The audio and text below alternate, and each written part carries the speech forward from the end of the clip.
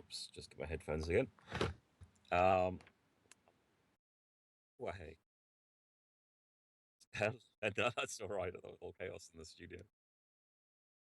I'm just about to send you a picture because I can't get anything on the video feed, but I've got a little picture for you. I'll just send it through from my mobile phone. It's going to come good. I have confidence, but at the moment it's not good.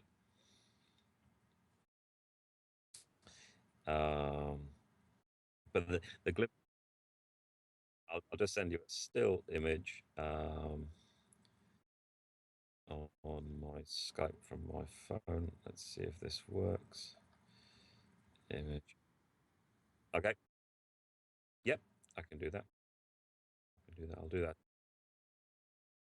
Oh, fair enough. If you better on email than Skype, that's just this when you message it through Sleep Production 3. But if you're not monitoring it, I won't do that. Cool. I shall email in future. I will send you this image just to say that sorry we're offline for a little bit, but I'm sure, as I say, I mean the penumbral phase, unless you got a clear sky, you're not going to see anything really. So the umbral phase, even the sky that I've got, which has patches, we'll start to see it creeping through. Uh, you know. Cool. I'll send that now. I'll email you if it cheers up in the next, well, as soon as it does.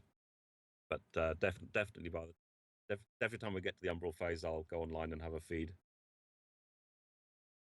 Cool. Get you a bit. See ya.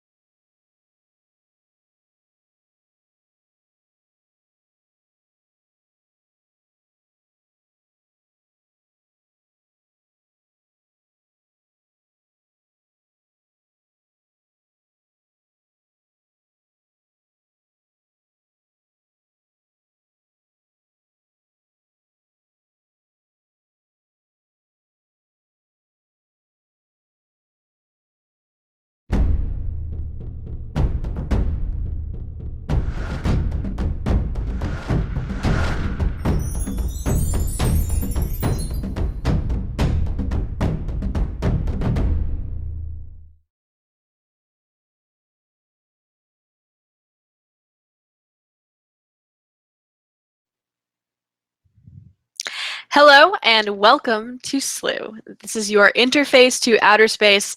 I am Trisha Ennis and I will be your host today as we take a live look at views of our moon, our closest. Today's partial. Now, I know some of you are thinking, hey, isn't there another eclipse coming up soon? And yes, there is. There is a total solar eclipse coming up soon, and it will be pretty excellent. But today, we are going to be talking about the lunar eclipse. We'll be talking about the solar eclipse plenty as well. Don't worry about it. So let's quickly talk a little bit about what we're going to be seeing today, this afternoon, depending on where you are. So it's not. This isn't going to be a total lunar eclipse. You'll probably think of eclipses as that really cool moment when the moon turns orange. You know, it's slowly not really seeing today. We're going to be seeing a teeny tiny bit of that, but most of the moon is going to darken as opposed to change color because this is a partial lunar eclipse, not a total lunar eclipse. So we won't be seeing a blood moon. You'll actually have to wait until January of 2018 for the next total lunar eclipse. And of course, you'll be able to watch that as well right here on Slooh. So some people say that partial lunar eclipses are actually really difficult to see, but we've definitely witnessed them before here on Slooh. What we'll see, like I said, is a gradual darkening of one side of the full moon as it passes into Earth's penumbral shadow, and we'll explain about that a little more later in the show. Eric as well. Oh, that the Earth has two shadows. We're going to be seeing the moon pass into both of them at least a little bit today, so it's pretty cool. But what about visuals, right? That's what you're here for. You want to see this happen. So because this is an eclipse, it'll only be visible from certain parts of the world, which means that it's only, the nice thing about lunar eclipses is that they're actually visible wherever the moon is up. If you are in the US like I am today, you'll notice that the moon is not up right now because it is daytime. So we've actually had to go around the globe to find some of our feed partners in other places where it is dark right now, including South Africa and so luckily, partners around the world bringing us those feeds today. We're going to have a feed from our friend Alan Versfeld, who's in South Africa. He'll be coming on a little later in the show with some live views of the moon from his location. And until then, we're also going to be having live feeds from our friends Kos Koreanis in South Africa and from our friend Jonathan Bradshaw in Australia. Now, we just spoke to Jonathan, and he will hopefully be coming on very soon. But we do have this one problem with celestial viewing, which is that we are at the mercy of the weather. And it turns out that the weather is not really cooperating in Australia right now. They had clear skies a few minutes ago. Suddenly it was just cloud cover. So we're going to get a look at what Jonathan is actually seeing, which is just cloudy. In a few minutes. But until then, he's also going to come on and show us the eclipse as it happens, and hopefully it'll start clearing up a little bit there. He did say that he is very confident that we will be able to see at least the partial phase when that piece of the moon does change color and become the umbral phase of this eclipse, regardless of what the weather's like. So we know we're going to have some really great visuals for you today. And of course, we're waiting on Alan. When he is ready to set up, we will have that as well. Obviously, right now, Alan's observatory, which is a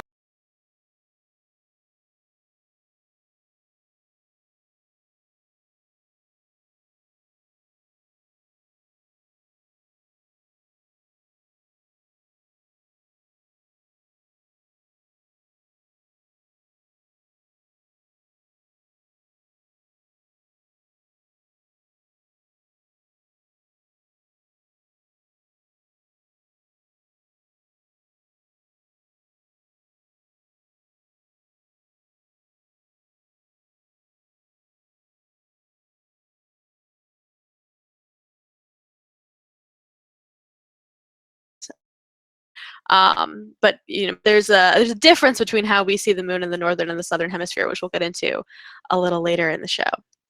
So anyway, Those are our feed partners. We're going to hopefully be seeing some really great feeds from them. We'll also be checking in at our own observatory. We'll be talking about the total solar eclipse today and a whole bunch of other stuff. We're going to be joined by so many exciting guests today. This is going to be a nice long show as we watch this entire eclipse from start to finish. So we're going to be joined by a bunch of exciting guests from all areas of expertise. First off, we're going to have Slooh astronomer and author Bob Berman, of course. He will be on with us to discuss the science behind the moon and this event, of course, and he'll even be able to tell us why a lunar eclipse is happening so close to a solar and why it happens. And later on, we're going to have segments from yours truly talking about the culture of the moon and eclipses and why we find them so interesting in general. We'll also have segments with Slooh astronomer Eric Edelman, where he'll be talking about lunar eclipses specifically, why they happen, what causes ones like the ones we're seeing today, the difference between partial and penumbral and umbral or total. And that is all coming up. We're also going to be checking in who was out on location today because we are kicking off our Slooh road trip, which is traveling across the country from Connecticut to Idaho, taking you all the way to our location for this year's transcontinental total solar eclipse. It's a big, awesome day here on Slooh, and that is all coming up. So first, we're actually going to take a very quick break, and when we come back, I'm going to jump right in with Bob Berman to kick off our lunar eclipse today. Don't go away.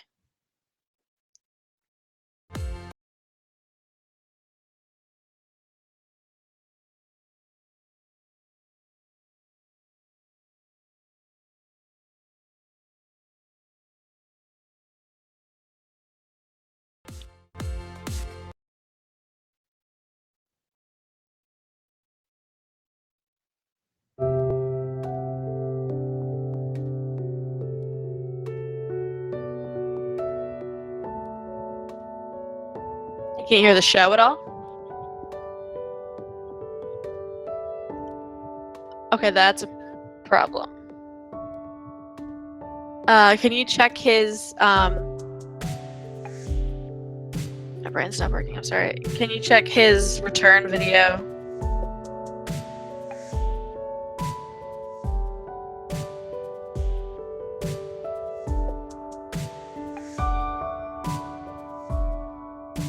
Oh, you know why he can't hear me? Because he's set up to line. He can only hear what's coming through the Skype boxes. Switch it back to SDI embedded. On Skype, yeah.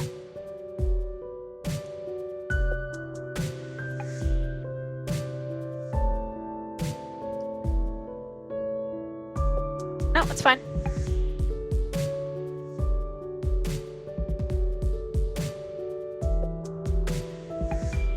Can you, I mean, I know you're doing something, but if you can switch it back to Jonathan's.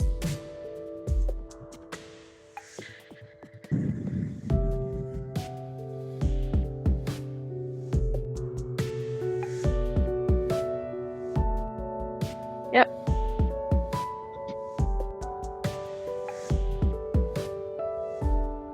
Okay, I'm talking.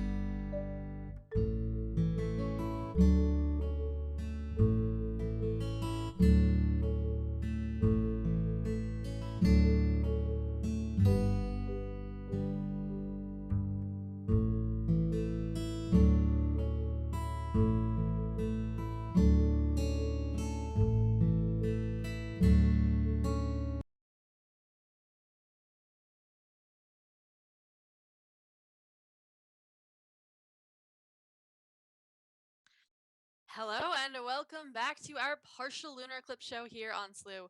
We are just watching our feeds from Australia right now, where if you were here for the beginning of the show, you know that it's a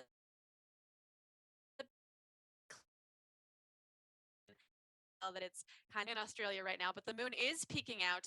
So hopefully we're going to be able to see something really cool coming up in just a little bit when we reach the umbral phase of this eclipse. Right now, just a few minutes ago actually, the penumbral phase of the eclipse started, which is when the moon moves into one of Earth's shadows.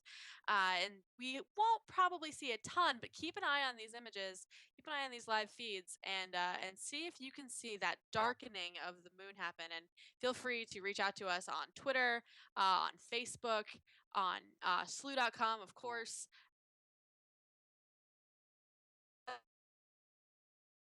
Because it's really nice to see the moon changing its face live on the air. Now we're just starting, like I said, we're just starting to see the moon go behind that first Earth's shadow. But uh, did you know that the Earth has two different shadows? I bet you didn't. At least some of you probably didn't.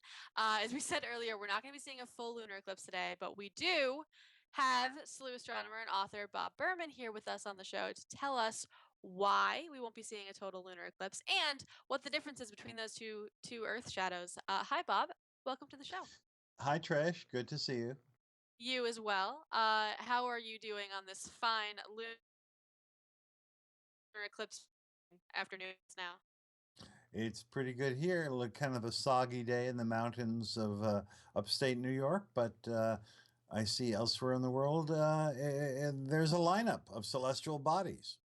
Yeah, elsewhere in the world there are all sorts of different things happening, and it's might be soggy in New York. It's nice and clear here in Middle America in Ohio, but it's all sorts of cloudy in Australia, which is such a bummer. But we're still seeing the moon peeking between those clouds, so hopefully we're going to be seeing some changes. Can you explain, like really simply, for those of us who are scientists, what it actually is? Yes, you were actually breaking up a little bit, but Oh, I'm going to infer your question is the difference between different kinds of eclipses. yeah. And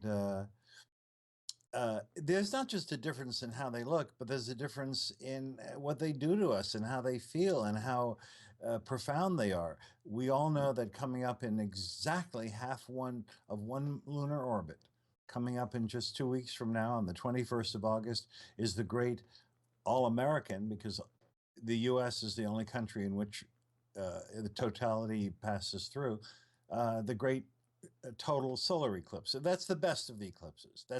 It changes people's lives. Animals go crazy. Amazing things appear in the sky that people have never seen before, and it feels powerful. It is just above and beyond any experience, in my opinion, and many other people's opinions, that you'll have on Earth. It's the greatest experience you can have in nature or in any way. So we use the word total solar eclipse for that. And unfortunately, that same word eclipse appears in other events, such as today's eclipse. Here we have a partial lunar eclipse. Now, a lunar eclipse is never as dramatic as a total solar eclipse in the best of times. But in this case, the moon does not go completely into Earth's shadow, which is not as bad as it sounds, because honestly speaking, a total lunar eclipse where the moon is in Earth's shadow and turns a coppery red is nice. It's interesting in the same sense that watching beavers build a dam is interesting, but it's not going to make people weep and make them change their lives and the way a total solar eclipse does and will do, as we'll see 2 weeks from now, when many of us hopefully will travel to see it. Others will watch it here at Slooh, and we'll see that most dramatic event. Here instead, the moon goes into Earth's shadow, and if it were a total eclipse, it would turn a coppery red, which is nice. But here it's only skirting the outer parts of our dark shadow. And before it does that, it goes into Earth's outer shadow or penumbral shadow, which is generally invisible. You don't see anything. We don't see anything happening at all. So you're talking about, let's say you're falling in love with someone. What are the different levels? Well, probably the lowest level is you call them on the phone and they're at home. the phone rings out, rings 5 times, and you hang up. How would you rate that in terms of a love affair and falling in love? How would you rate that level of experience? Calling, no one answers.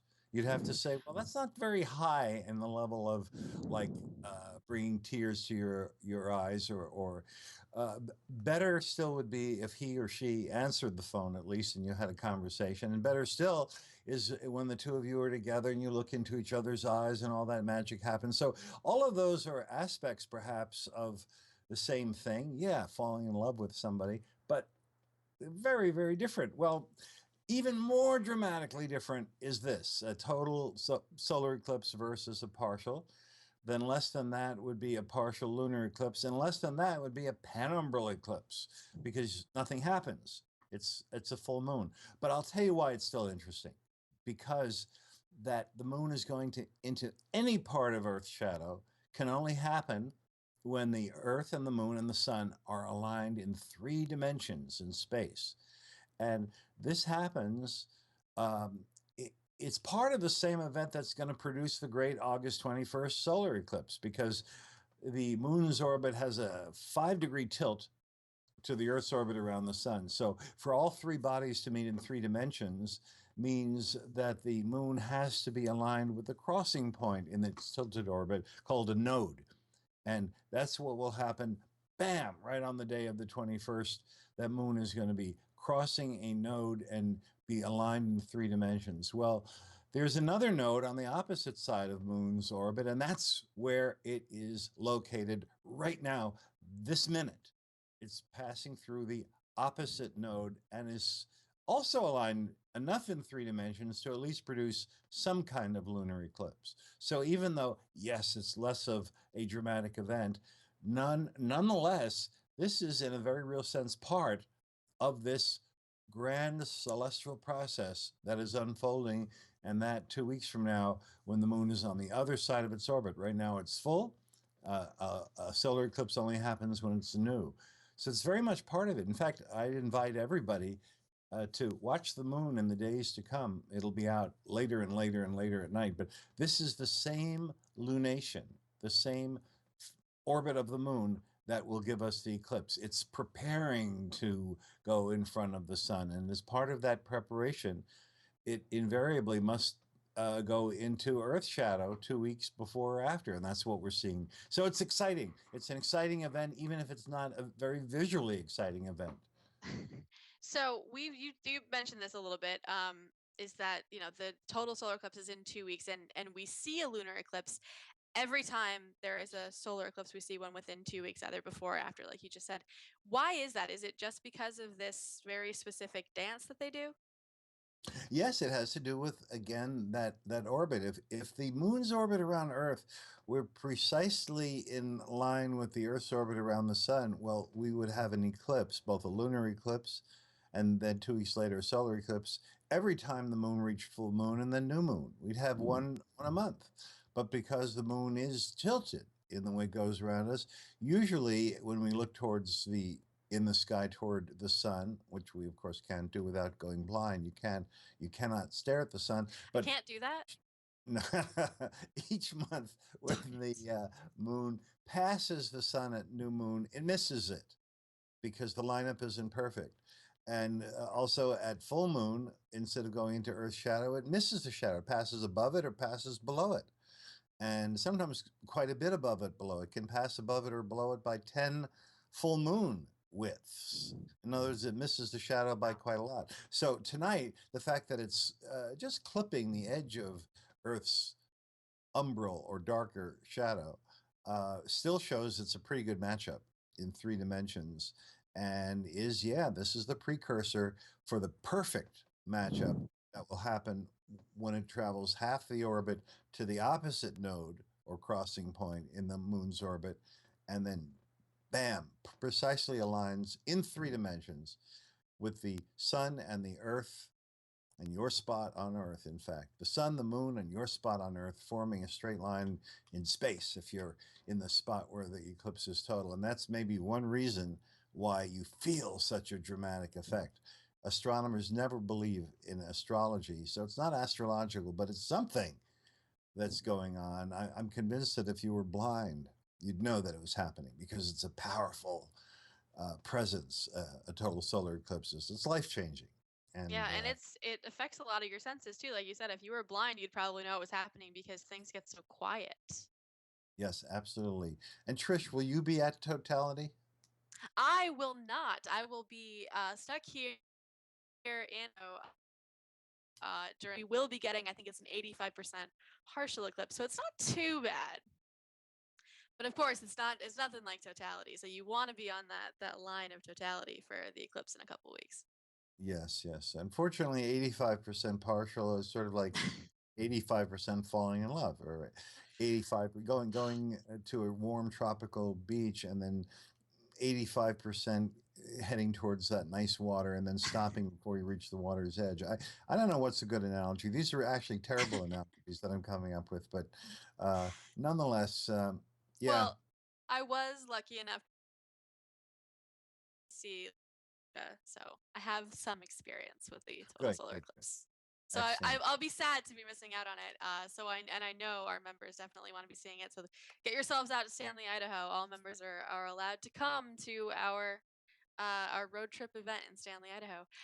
So going back to lunar eclipses for a second, you and I have both mentioned this idea of the penumbral shadow and the umbral shadow, and how when the moon passes into the umbral shadow, it turns orange. What causes that exactly? Why does the moon turn orange when it moves into the umbral shadow? Well, it's really the light of all the combined sunrises and sunsets on Earth that get refracted or bent onto the moon's surface at that time.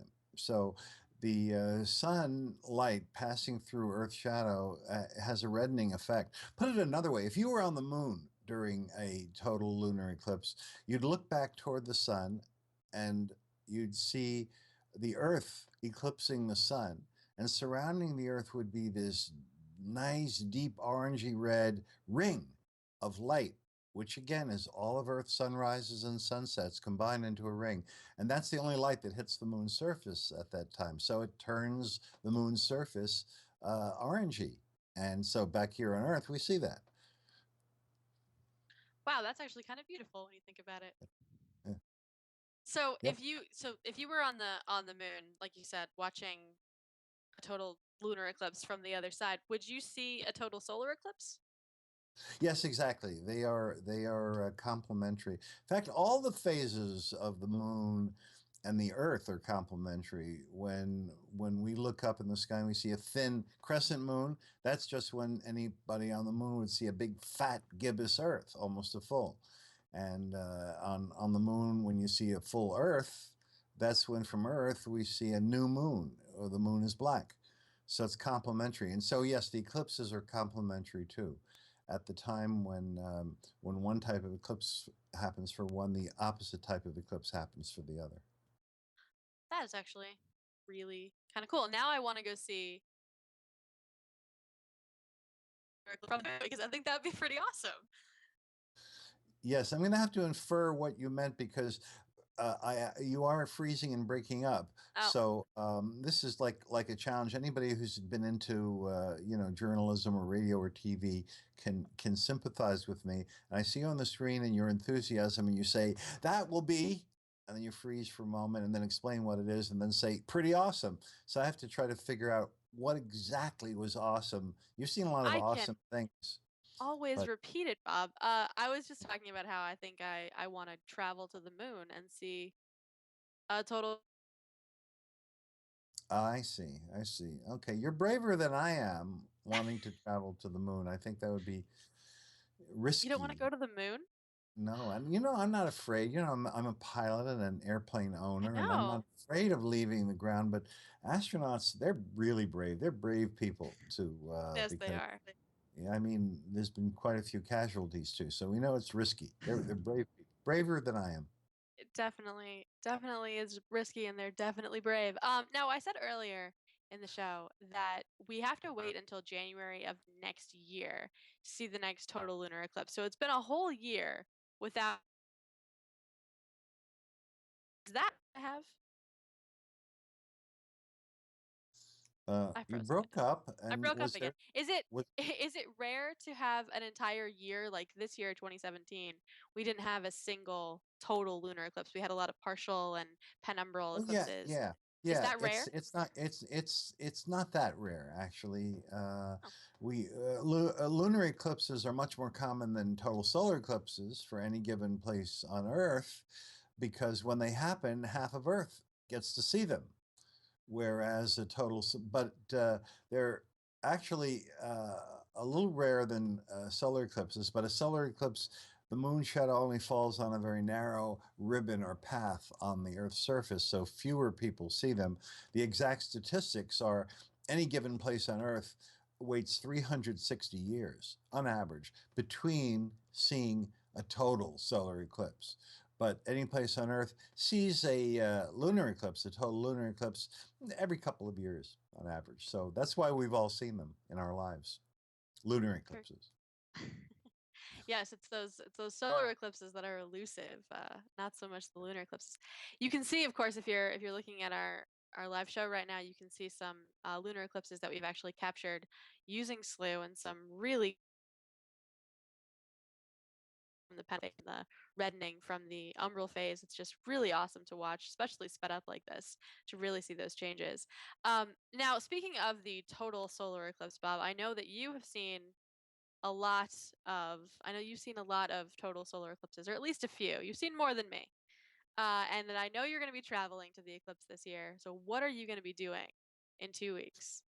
Well, I'm leading a group of, we always have eclipse tours, and this one has 110 people, more than most. And this will be my eighth total solar eclipse since going back to when I was really a kid in 1970. Our first one was also in America, in Virginia Beach, Virginia. Wow.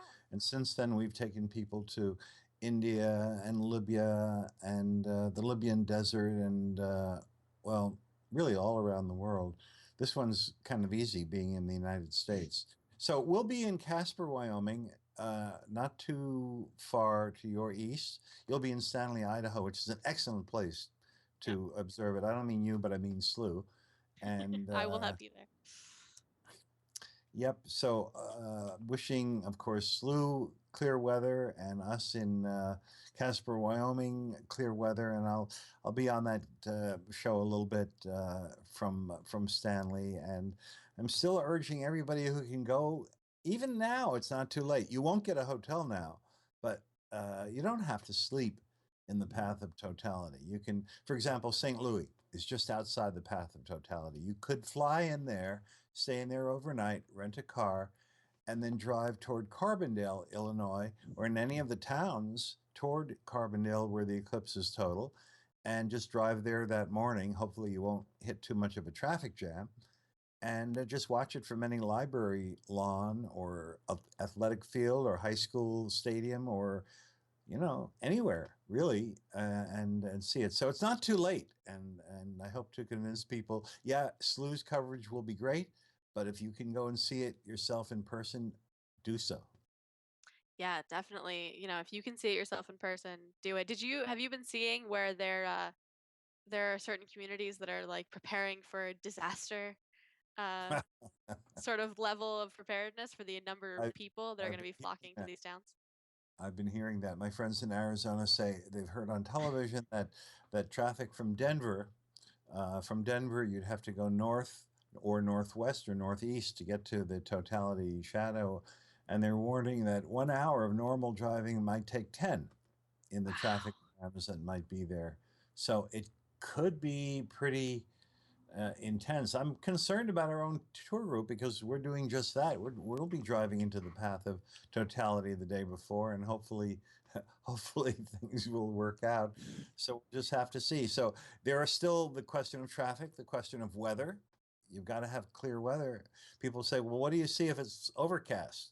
And I can't I can't put a good spin on that one. You don't see it. I mean, things will turn dark, but darkness is not so special. You want darkness, just don't pay your electric bill, or go into the closet or something. You don't have to travel far to see darkness. So, there's still unknowns, and so we're keeping our Always fingers are. crossed for everybody. for this one. Yes, well, I have my fingers crossed for your tour group and, of course, for ours as well. Thank you so much, Bob, for joining us. It's always great to have you on the show. A pleasure, Trish. Thank you. Thank you. That was it's Bob Berman, who joins us all the time to talk about all these really great celestial events. He is a font of information, just constantly riffing off the top of his head. He's really great to have on all the time. And thanks again, Bob, if you can still hear me, for joining us to talk about some of the basics of these lunar eclipses and to sort of help us understand what exactly is going on today. Still cloudy weather, as you can see, in Australia. But we just heard from Jonathan, and he anticipates that it's going to clear up in the next 20 minutes or so. So with any luck, we'll be able to see some of this partial phase of the eclipse. We're currently in the penumbral phase of the eclipse. There will be a very small portion of the moon, about a quarter to a third of the moon will actually be able to turn that orangey color that Bob just said is the result of all of the sunrises and sunsets around the world, which is just such a poetic way to put it. And it's true, it's the scientific way to put it as well. So we should be able to see that small portion of the moon turning that orange color. So keep an eye out. But right now we're in the penumbral phase, which means the surface of the moon is just darkening slightly. So if you can see the moon outside right now, go outside, take a look, take a picture, send it to us. We'll probably share it on the air. And you can see the entire is going to be going into the penumbral shadow. I'm just double checking. Yes, that is true. The entire moon will be crossing into the penumbral shadow, so the whole thing will get darker, and a very small portion of it will get very, very dark and possibly turn that color. I do know that it will get very, very dark, though, in that small section of the moon. So we should see part of that moon get a chunk taken out of it live on the air. Now, coming up, we still have plenty of guests to get to. Slooh astronomer Paul Cox is going to be joining us live on location for the beginning of the Slooh road trip to Stanley, Idaho. As we said, Slooh is taking a whole group of our members out to Stanley, Idaho to see the transcontinental total solar eclipse coming up in just 2 weeks. Just 2 weeks from now, you will start to see that total solar eclipse happening. And if you really want to see it, the best way to do that is to sign up to be a Slooh member and join us on our expedition out to Stanley, Idaho, because you will have a place to hang out with a bunch of really great, awesome people, like-minded individuals, just as interested in watching this eclipse as you are. And all those hotels, it's tough to get yourself out there if you don't have a place to go, a place like Slooh. And we are going to be in one of the best locations to see this eclipse. So head on out to Stanley, Idaho. Join us for our eclipse expedition. It's going to be an amazing time with workshops and all sorts of stuff. We'll talk to Paul a little bit more about the details in just a little while. But first, we're actually going to be talking to our friends at the Old Farmer's Almanac. Janice Stillman, the editor of the Almanac, will actually be coming on the show to talk to us about this moon and about the way that we name moons. Every full moon has a name. We have the full cold moon and the full buck moon and the full beaver moon, which is everybody's favorite. So we're going to find out what this moon's name is, where it came from, and also if there are any special traditions that happen around this time of year. Anything in just a couple of minutes, going to have another segment from yours truly. So I know you want to continue hearing from me for just hours on end. We're going to be talking about art and culture, some cultural ideas behind the moon, some mythology, some great stories, things like that. So that's coming up in just a minute. I will be right back to give you the next update. The partial phase of the eclipse actually begins right now. So we're going to have another little bit of that.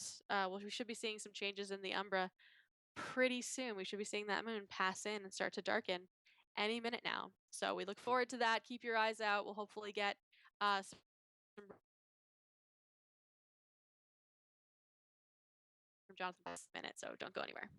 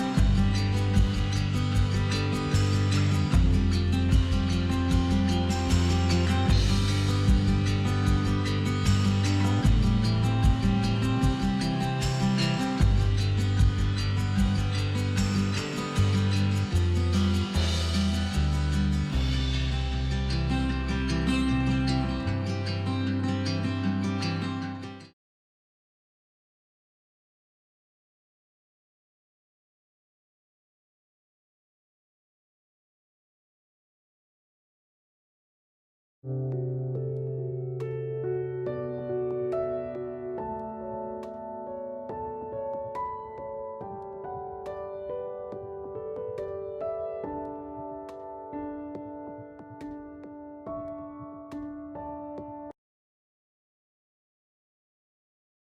is Trisha Ennis. I'm the arts and culture correspondent here, and right now I want to talk to you a little about the way the moon has inspired artists. Now, here at Slooh, we like to think of ourselves as a place for us to come together to share what excites and inspires us about the universe and our place in it. It's a thing that humans have been doing throughout all of human history.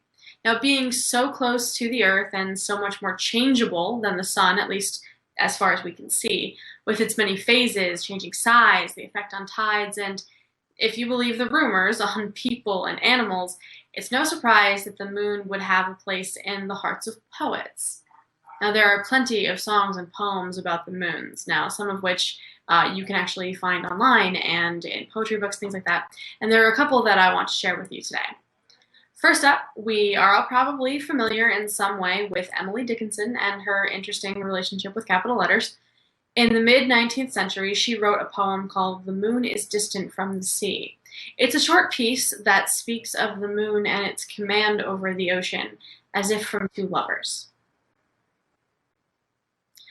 The moon is distant from the sea, and yet with amber hands she leads him, docile as a boy, along appointed sands. He never misses a degree, obedient to her eye, he comes just so far toward the town, just so far goes away. O Signor, thine the amber hand, and mine the distant sea. Obedient to the least command, thine eye impose on me. That poem has been read and arranged many times over the years and has even become a song performed by choirs. But of course, this is an eclipse, and the drama of something like today has inspired poets all on its own. Poets like Thomas Hardy, who wrote this piece called "At the Lunar Eclipse." Thy shadow, earth, from pole to central sea, now steals along upon the moon's meek shine, in even monochrome and curving line of imperturbable serenity. How shall I link such sun-cast symmetry with the torn, troubled form I know as thine, that profile placid as brow divine with continents of moil and misery? And can immense mortality but throw so small a shade, and heaven's high human scheme be hemmed within the coasts yon arc implies? Is such the stellar gauge of earthly show, nation at war with nation, brains that teem, heroes and women fairer than the skies? These are just a few of the many selections that you can find online, in poetry books, your local coffee shop, of artists connecting themselves with things they see in the night sky and expressing confusion about their own lives here on Earth with metaphors about the moon and the sun and the stars. Now, do you have a favorite poem or piece of art about the moon? Now share it with us on Twitter by sending it to us at Slooh, using @Slooh on Twitter. And in the meantime, enjoy the rest of the eclipse. My name is Trisha Ennis. I'm the arts and culture correspondent, and right now I want to talk to you a little about the moon in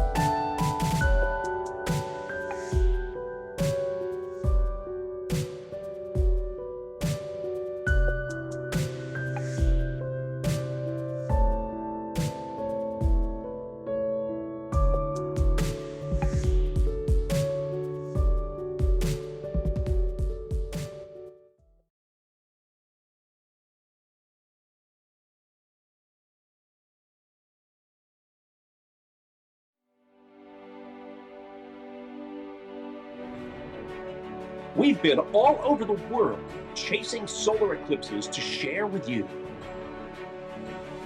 This time, you're coming with us. Join Slooh as we expedition to Stanley, Idaho to celebrate the transcontinental eclipse on August 21st. Sign up today. Space is limited.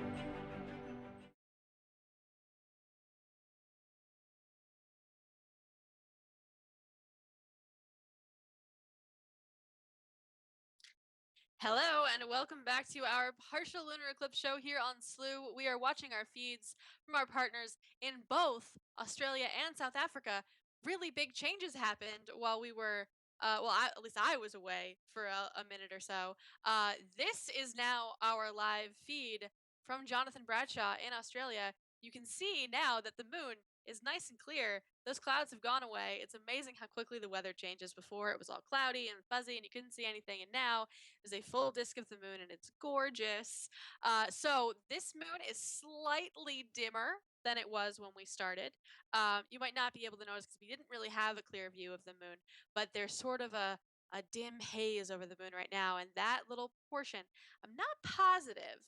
You guys can correct me if you think I'm wrong, but I think we're starting to see the moon, that little portion of the moon in that bottom left-hand corner, start to pass into the umbral shadow of the Earth, which means that that section of the moon is starting to darken quite a lot, and we'll see sort of a piece taken out of it. It's gonna get much darker as it goes along. It will not turn orange. I mistakenly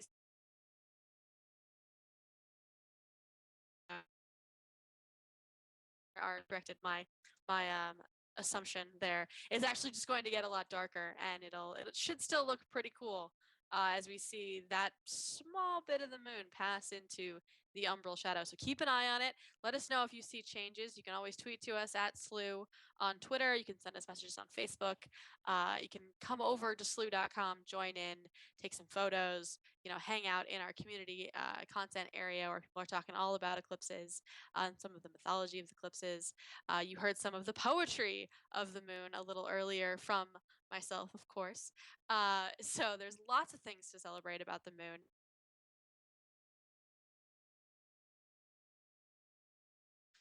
The moon's has many names. So we watch the moon all the time on these shows, which is how we know that.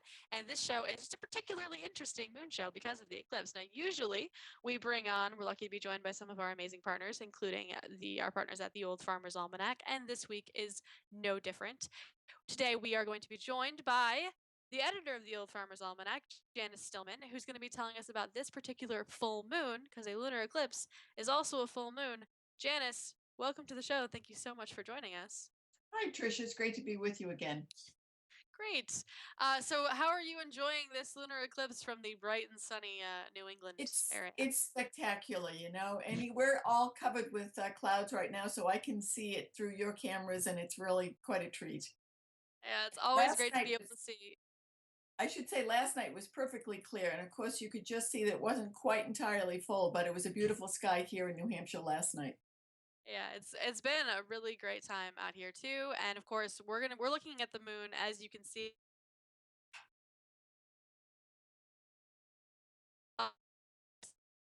So that is always, we'll have one of our feed partners from South Africa, Kos Korianis, and I'm hoping I'm not mispronouncing his name, who is also bringing us a great live feed, which we will get to a little later, a big close-up shot of the moon from South Africa, which is also pretty great. So there it is right there.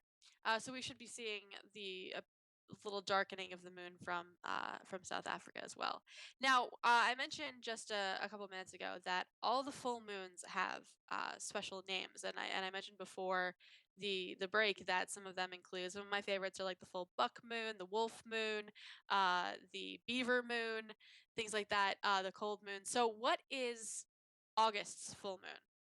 August is the full sturgeon moon. And of course, all of these names come from Native American tribe traditions. It's what the Native Americans observed in nature around them. So, as to mark time and mark the seasons and important events, they named the moons based on what was happening. As you mentioned, the full buck, the deer's reaching maturity, full beaver, the beaver's showing up to build walls and like that. Well, the full sturgeon moon comes from the idea that these large fish found in the Great Lakes and in Lake Champlain were caught easily at this time, providing a lot of nutrition and food for this into the fall season for the tribes. Should be noted that sturgeon is considered a living fossil because it has survived virtually unchanged for 136 million years. A couple of other Indian names for the moons were when the geese shed their feathers. And you can imagine that's, of course, when the geese are molting, and it's again a change in the season. And also, this month was called the end of the fruit moon. You can almost guess why. The harvest of fruit trees and berry bushes was finished, it was over. So, next month, September, will be the full corn moon. And I won't tell you right now what that means, but I think you can imagine. I think we might be able to guess, and of course, we also have the harvest moon later, later in the year. I think it's October, and things like that. Names. It's interesting to see how marked time before we had, calendars that marked the days for us. Exactly right. They didn't have the 28-day, 30-day, 31-day grids that we have these days. The native tribes had to, and native peoples everywhere really had to figure out a way to kind of keep track of what was happening around them and how to market and actually convey the information to others as well. Could you imagine what it was like before they had these lunar names and having to be the ones that came up with them and not knowing, what's going to come next? Well, I can't imagine right now, but it's kind of fun to think about what's happening in your immediate vicinity and sort of make a game of naming the moon, based on what's really the really hot moon, for example, if the season, the month was particularly hot, or I don't know, pick one. The grass grows high moon. Maybe some of these exist somewhere. I really don't know. There are really dozens and dozens of Native American names, but over time they've really become familiar. These usual 12 or so have become most familiar to folks around the country, and they're the ones we use traditionally on the Old Farmer's Almanac calendars and in the pages of the Old Farmer's Almanac. Great. Do you happen to know why the almanac started to keep track of these names, these specific names in the pages? Well, again, just because they were the most familiar and traditional and most accepted, I think, over the course of time. Um, if you start switching them out, I think they're much longer in many cases, and so it takes up, people. It's harder to remember, but they just become the accepted moon names. Well, okay then. Now there's some interesting events that happened around August in history, in I believe 1835. Right. This was an interesting incident, and it goes to show that fake news is not a new thing. So in 1835, the publishers of the New York Sun newspaper wanted to sell more papers. So on that day, August 25, the first of a series of articles appeared claiming that British astronomer Sir John Herschel had used a giant telescope to discover life on the moon. The reporter claimed in his articles that Herschel had seen blue unicorns, horned bears, beavers walking on 2 feet, and humans with wings that he called man-bats, as well as sheep and zebra and pelicans and cranes and other exotic animals, walking amid amethyst obelisks, erupting volcanic mountains, and in forests. Sales of the newspaper took off with those stories in it. The articles ran for 6 days. Yet even before the end of that week, people began asking why no other newspapers had been covering this report. Nobody else had seen these events on the moon or written about it. Some folks began to doubt the stories, but they enjoyed them all the same. Eventually, the whole series became known as the Great Moon Hoax. Herschel himself, who was living in South Africa at the time, knew nothing about it and learned about it months later. Excuse me. And the fellow who wrote the series, Richard Adams Locke, said years after it all happened that it was meant as a satire. But it goes down in history as a great tale, a great legend, and just, a piece of amusement that back then, when people didn't have the access such as what you folks provide into viewing on the moon, people could actually be persuaded, at least for a short while, that this was actually happening. That's actually really fascinating. It would be great to find out that some of those crazy creatures and things actually exist. I want some some blue unicorns and horned bears. It would be fun to think about it, yes, but let's just think about it.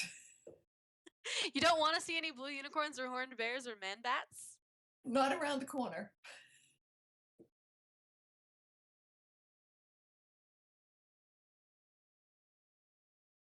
So of course, we are gearing up here. The big story, of course, we have this lunar eclipse, which is great. But the thing that we are really excited for is in 2 weeks, it's the total solar eclipse.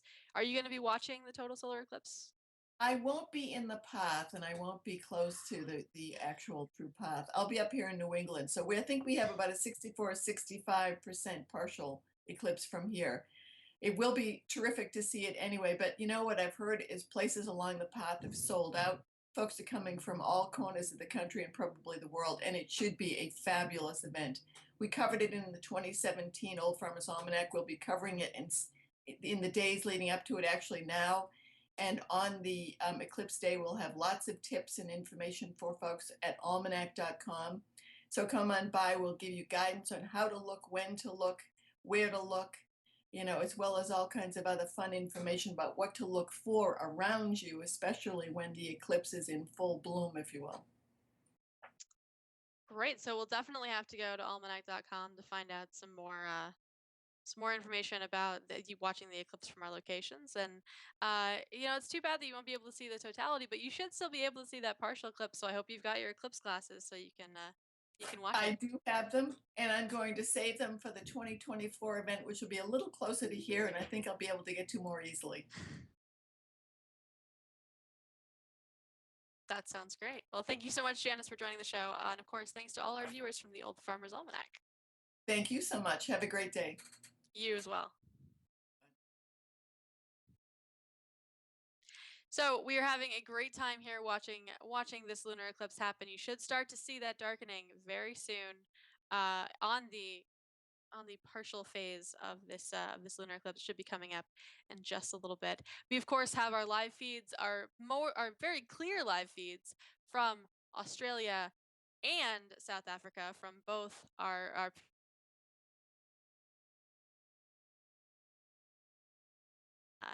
now, if you are one of those folks that isn't planning on going to the path of totality for this eclipse, which you really should, and of course you should come out to Stanley, Idaho with us, become a Slooh member, join us on the road, and see that total solar eclipse. But if you aren't going to be able to make it, if you've got something that's keeping you where you are, like I have something keeping me here, you know, you'll still be able to see, the entire country is still going to be able to see that one of those partial phases of the total solar eclipse. So the only way you're going to be able to see those, though, is if you have the proper eyewear, because looking at the sun is dangerous. Don't do it. Your parents told you not to. They were right.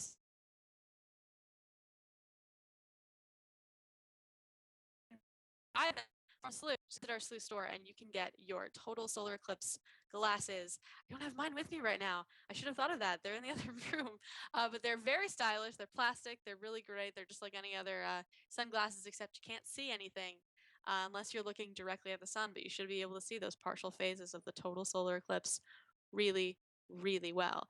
Now, coming up in just a few minutes, we are going to be talking to one of our favorite Slooh guests, which is a voice actor, Roger Craig Smith, who will be talking to us a little bit about his experience with eclipses, the fact that he will also be in Idaho,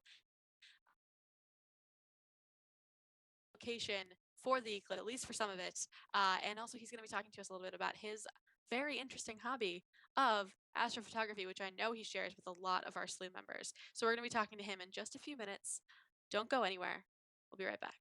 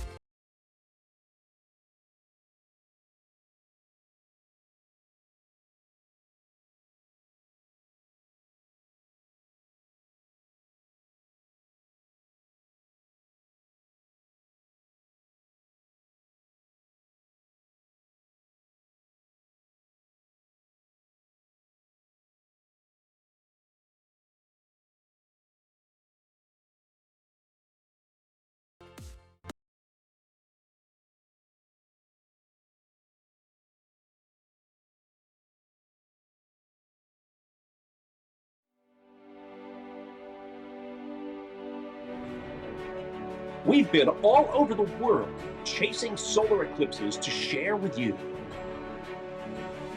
This time, you're coming with us. Join Slooh as we expedition to Stanley, Idaho to celebrate the transcontinental eclipse on August 21st. Sign up today. Space is limited.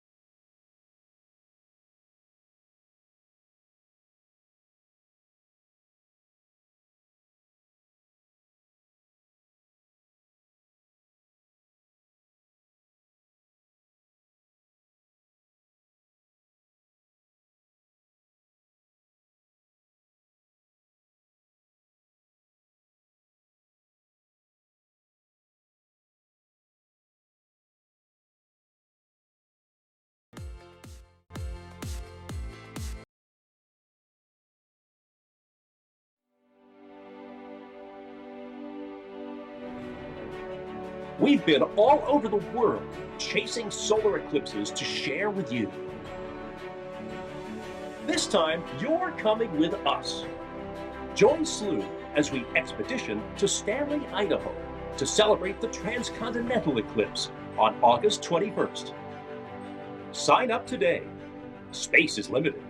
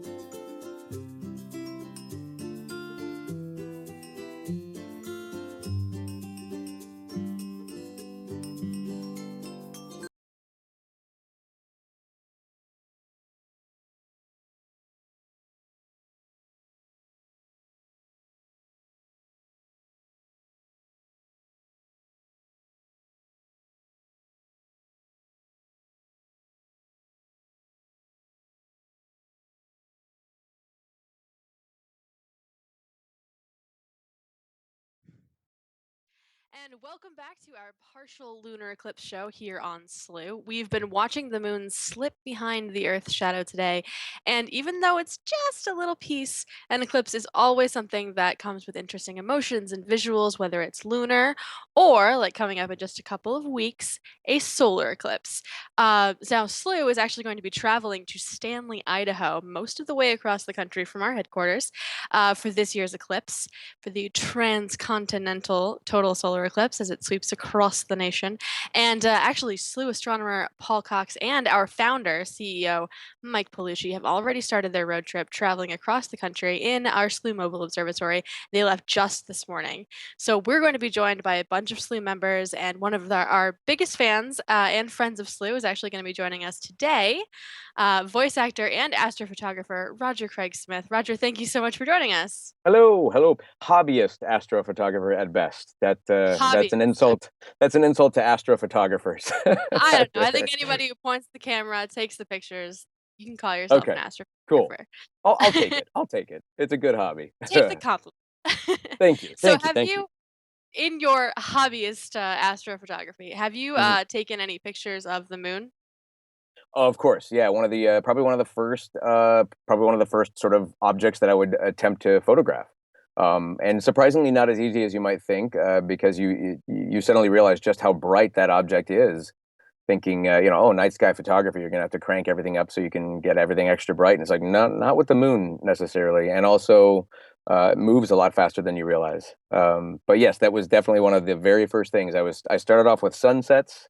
And then I started kind of getting the idea of like, I wonder if I could shoot stuff at night. And then it started with moon rises and that kind of thing. But yeah, definitely the moon. Wow.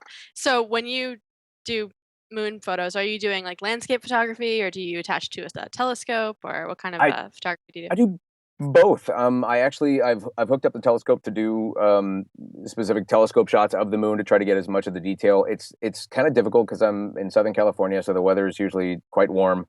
And trying to shoot over the house or that kind of thing, you get a lot of the atmospheric disturbance. But I'll shoot with the telescope, and then I'll also do a little bit of the landscape, sort of nightscape, approach of trying to get it as it's rising. I've done time lapse with the moon, trying to get the Milky Way and the moon together, and try to expose properly for when the moon eventually sets. That kind of thing. I love it. One of my favorite things, I call it moon melt, is when it's just sort of melting off as it's setting. So usually I'm out maybe around 10:30, 11 o'clock, and it'll set on the nights when I want to get some good stuff at around 11:30, midnight, that kind of thing. And just watching it sort of dissipate into the atmosphere off to the west is always a real big treat. And the color change that happens, in the last, 30 minutes of it is just amazing. Wow, that's really great. Now, obviously, lunar eclipse means that we are currently looking at a full moon, and a solar eclipse means we're going to actually be able to see a new moon. Now, our Slooh astronomer Paul Cox, that I mentioned at the top of the segment, has some opinions on the phases of the moon. He's a big fan of any phase that's not full. So, do you have interesting. Why? Because he thinks that, and he's not wrong, that a full moon phase is very flat, whereas when it's any other phase of the moon, you get all those really cool shadows and the craters and everything. Do you have a favorite phase? You know what? Actually, one of my favorite phases is right just after the new moon. So what I always get the waxing and the waning incorrect on that. But when it's just that sliver, the first few days right after the new moon are always really cool to shoot, because you get the earth glow, right? The what do they call it? The earth shine, I think is what it's called, illuminating sort of that dark side of the moon before the sun starts to hit it. I would say that's one of my favorites because you also get a lot of really good long shadows over those craters and that kind of thing. That's fun to try to do with both just a standard camera lens or connecting to a telescope. Nice. My favorite. I didn't realize there was such a harsh opinion though on the moon. Who would have thought that? Like, he's got a very harsh opinion about the moon phases and how that's too funny. Nice they look.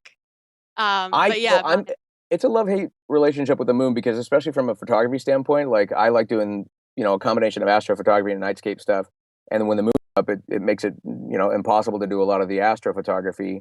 But it can be a really neat thing to sort of play around with the actual moon shadow and the light that the moon casts over your landscapes for some of the nightscape stuff can be really, really dramatic. So it's kind of a love-hate. I would say it seems like most of the photographers that I've talked to, they prefer a partial phase.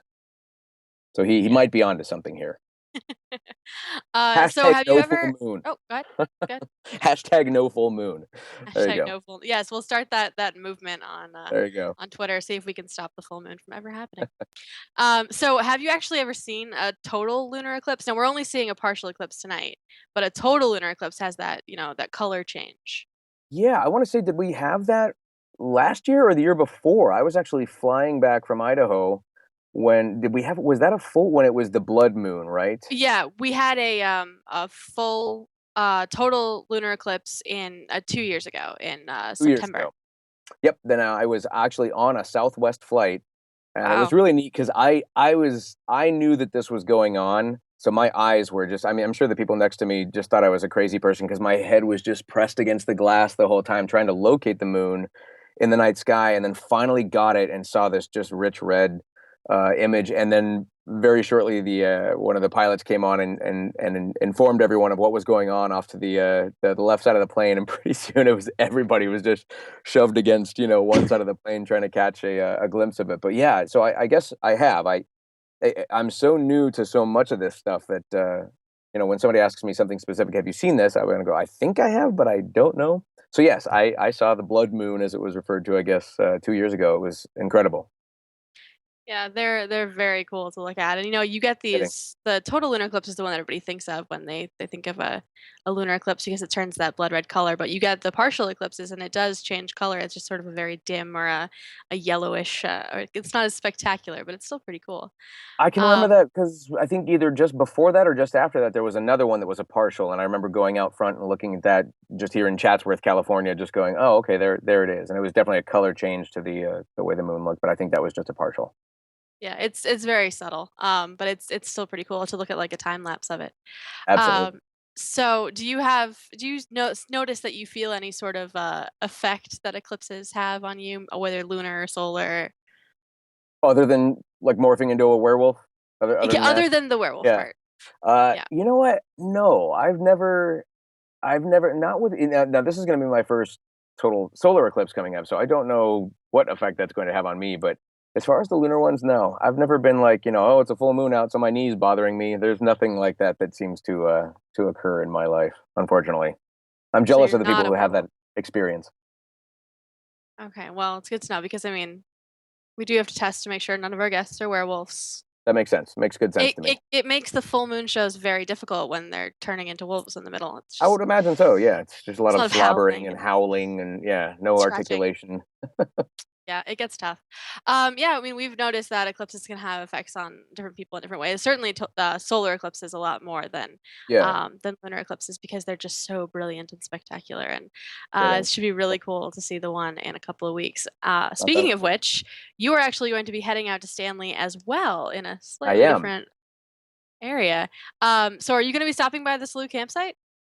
Yes, hopefully. I mean, traffic and everything permitting, I'm bringing the mountain bike, so I'm hoping to actually get a little bit of riding in during the day, and for sure hope to be stopping by and saying hi to all the other Slooh members as well as the founders, and being able to hopefully get a chance to say hi to everybody on one of your broadcasts. But I have no idea what to expect for what's going to happen in Stanley because it's such a tiny little town, but there's so many people that are about to sort of descend upon that little unsuspecting town. So we know why we picked Stanley as our location for the eclipse, but you actually picked it totally separately of us. So why did you decide to Absolutely. go to Stanley, Idaho? I literally looked at the path of totality and found Stanley. So I bought a home in Boise maybe 7 years ago, and it's a dream to eventually go live in Idaho full time. But so I was familiar with places like McCall and Stanley, Idaho, as being great mountain communities and good destination places for just nature and that kind of thing. And so when it came time to look for a place to pick for getting into the path of totality, considering it was so close, I thought, well, this is the perfect excuse to go visit Stanley. And quite literally was 2 years ago, hitting up some of the property managers in the area, trying to nab a cabin out there. And so yes, when you guys mentioned that you're doing the road trip out there, it was purely by chance that you happen to be in the same place. So I'm looking forward to getting to be a part of the Slooh community that much more by getting to stop by and say hi. And I promised that I would drop off some snacks. So I got to bring Good. snacks for everybody. Yep. Snacks are like really important when you're There you watching go. an eclipse. You know, it takes a lot out of you. Oh yeah. So you said you said you'd never seen a total solar eclipse before. Never. Obviously, you're excited. Do you know Yes. what you're like most excited for? Probably the moment of totality. Yes, the moment of totality. I think I've seen was it the Alaska Airlines flight where the gentleman was so excited where he was taking this video. It's all over YouTube. Unfortunately, I have to watch it on mute because his commentary. But no, that was obviously at 30,000 feet or some amount like that. That's an amazing thing to see. But I think I'm most excited for the but the moment of totality. That and the diamond ring, I think, is going to be really an impressive sort of sight to behold. But I'm running a fine balance between obviously wanting to get there and photograph it, but also not being so sort of mired in the pursuit of the photographs to not also take a moment to actually really just sit back, experience this without worrying about f-stops or filters or what I'm trying to accomplish in that way. So, but yeah, I'm real excited. I don't doubt that it'll have a sort of transformative and profound effect on me. Just I geek out so much just staring at the night sky. To watch something like this occur during the day, I think will have a very, very significant impact on my life. That's great. Yeah, and you're gonna have like 2 whole minutes, I think, to hopefully grab that photo and take in Right. totality. So hopefully, Uh, hopefully you have that transformative experience, and hopefully you come on our show and tell us all about yes. it, because we can't just be seeing emotional reactions from folks like Paul and everybody at What the do you campsite. guys have planned? Or do we not want to tease it all out right now? Or what are you guys going to be doing? We have lots of stuff planned, actually. Okay. We have, in addition to just being there for the eclipse, which is going to be a 3-hour long event just at the Okay. campsite from the moment of first contact till the end. We're Yeah. actually going to be broadcasting the whole eclipse as it goes across the country. Cool. So we're going to see it reach totality in a bunch of different places at slightly different times. So we should have Oh, that how moment cool.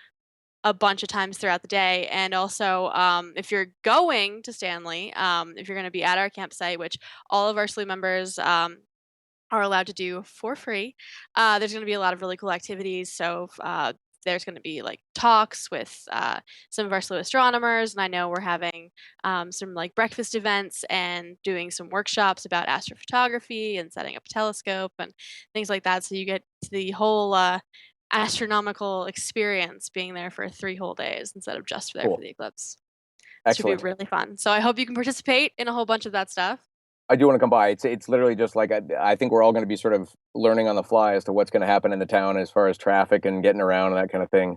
I'm Yeah, treating it like probably. it's a disaster preparedness exercise of sorts, of like bringing everything with me, bringing as much food as I can, and just kind of hunkering down in one location as much as possible. And then I quite literally am just thinking, oh, I'll hop on the bike and go say hi to the Slooh people. Should be fun. Well, thank you so much, Roger. We look forward to seeing you in Idaho in a few weeks. Thank you. And of Likewise. course, we want to see what kind of photos you take during the eclipse. So make sure you send them Ugh. to us so we can see them. I promise nothing. Pressure's on. As my first time, so it's not the priority, but I do want to try a bunch of different things. I'm bringing my solar scope, my regular telescope with a solar filter, all sorts of 18-stop ND filters for the camera lenses and GoPros, and it's Nice. gonna be a little ridiculous. All right. Well, we look forward to seeing it and seeing you. So thank you so much for joining us tonight. Thank you. Thanks for having me, and good luck with the rest of the broadcast. Thank you very much. All right. Well, we still have plenty more to come here for this partial lunar eclipse coming up after a very quick break. I will be talking to Athena Brensberger, so stick around.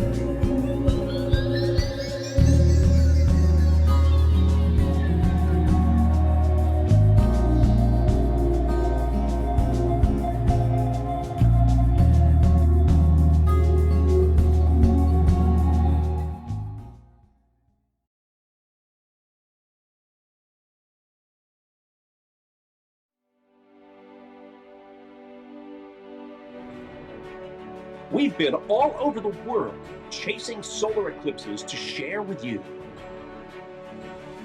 This time, you're coming with us. Join Slooh as we expedition to Stanley, Idaho to celebrate the transcontinental eclipse on August 21st. Sign up today. Space is limited.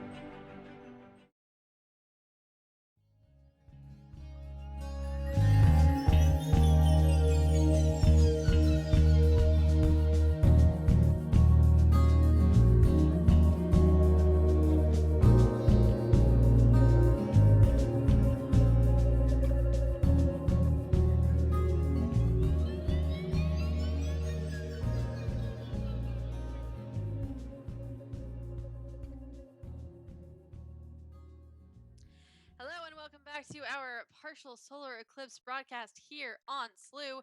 This is getting really cool looking. I don't know if you've been watching. If you've been here for the whole show, you know we started out with some feed partners experiencing some really poor weather, some cloud cover over the moon. We just had sort of a glowy orb in the middle of all of this cloud grossness.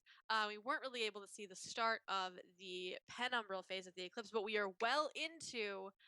We may have actually reached the maximum point of this umbral phase of the eclipse, of this partial eclipse, which you can actually see now if you're watching on the upper right-hand corner of this feed right here, coming to us from Kos in South Africa.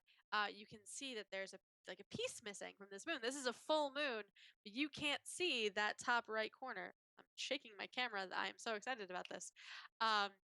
You can't see that top right corner because, of course, it has crossed into that second shadow, that umbral shadow of the Earth. Now, unlike with a total lunar eclipse, this will not be turning orange, unfortunately, but it is so dark that you cannot see that little piece of the moon. Now, since this is only a partial lunar eclipse, this is probably the most. We might see a little bit more darkening of this piece of the moon, but this is probably the most that we're going to be seeing really get covered. If you have ever seen a total lunar eclipse, you know that the entire moon gets sort of overtaken by this shadow, and once it fully passes into that umbral shadow, that's when it turns orange. So we won't be seeing that happen. We're only going to be seeing sort of this chunk, this bite taken out of it, this very fuzzy bite taken out of the moon, but that the whole moon itself is a lot darker than you would normally see. It's kind of a subtle change. The penumbral shadow is very light, so it's kind of a subtle change when it passes into that penumbral shadow. Um, so it's only sort of a slight darkening of the moon, and then you get this much deeper darkening that we're seeing right now, which looks just so great. I mentioned when I was talking with Roger that Slooh astronomer Paul Cox doesn't like looking at other phases of the moon. This is our live feed from Australia, from Jonathan Bradshaw in Australia, and he's actually, you can tell, increased that um, lowered that iris setting so that it's really opened up and it's really taking in as much of the light from the moon as possible. It's so bright, so you're really seeing that darkening on the edge right there. Um, I was telling, as I said, I was saying, I was talking with Roger a little earlier. If you're watching that lovely interview with Roger Craig Smith, that Slooh astronomer Paul Cox doesn't like the full moon, and he doesn't like it because he thinks it's boring looking. He thinks that it's a very flat disk, and he's not wrong. It's, you know, the sun's light is shining directly on it, so you get that sort of flattening of the moon's surface, which you don't get when it's a gibbous moon or a crescent moon or a half moon, basically any other phase of the moon except the new moon, which you can't see at all, because you don't get those shadows, those deep shadows in the uh, in the craters of the moon. But you do get that a little bit when you're watching a partial lunar eclipse because you're seeing a shadow on the moon, so you're actually able to see that curve of the moon. So this is probably the most dynamic you'll ever see, other than a total lunar eclipse, of course. A lunar eclipse in general will probably be the most dynamic that you'll see a full moon, because it's still, you still get those shadows and sort of that really cool, you know, proof that the moon is a circle, it is not a disk. And of course, if you tune into Slooh, if you come on Slooh any other time of the month, you know, come on over the next few days and you'll see the moon sort of start to wane, and you'll see those shadows pop up in our live telescope feeds. So if you are a Slooh member, jump onto Slooh. We're opening up Slooh free to the public now, as of today. So come on to Slooh, jump onto our telescope pages. make those reservations and find out exactly what the moon looks like during other phases of the moon. So I'm actually going to let you guys watch these feeds for a few minutes, and then I will be back and I will be talking to a friend of Slooh's, Athena Brunsberger, about this eclipse and, of course, the upcoming eclipse in 2 weeks. We'll be right back.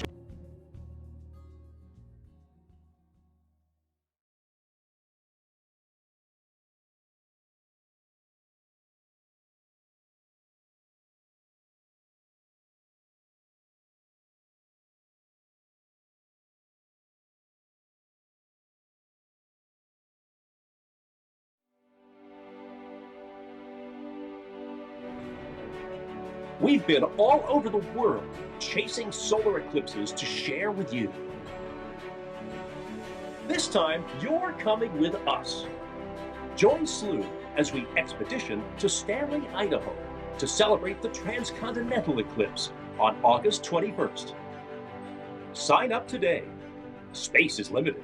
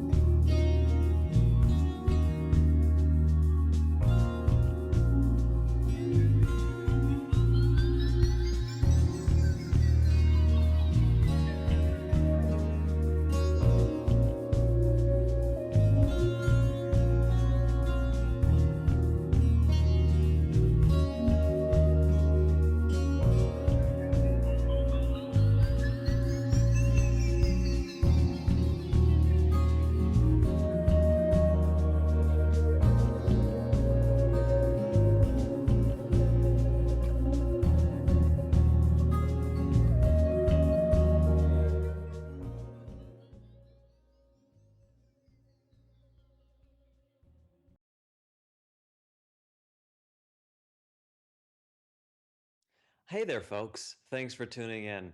I'm Eric Gettleman, and I'm here to tell you a little bit about why you're here today.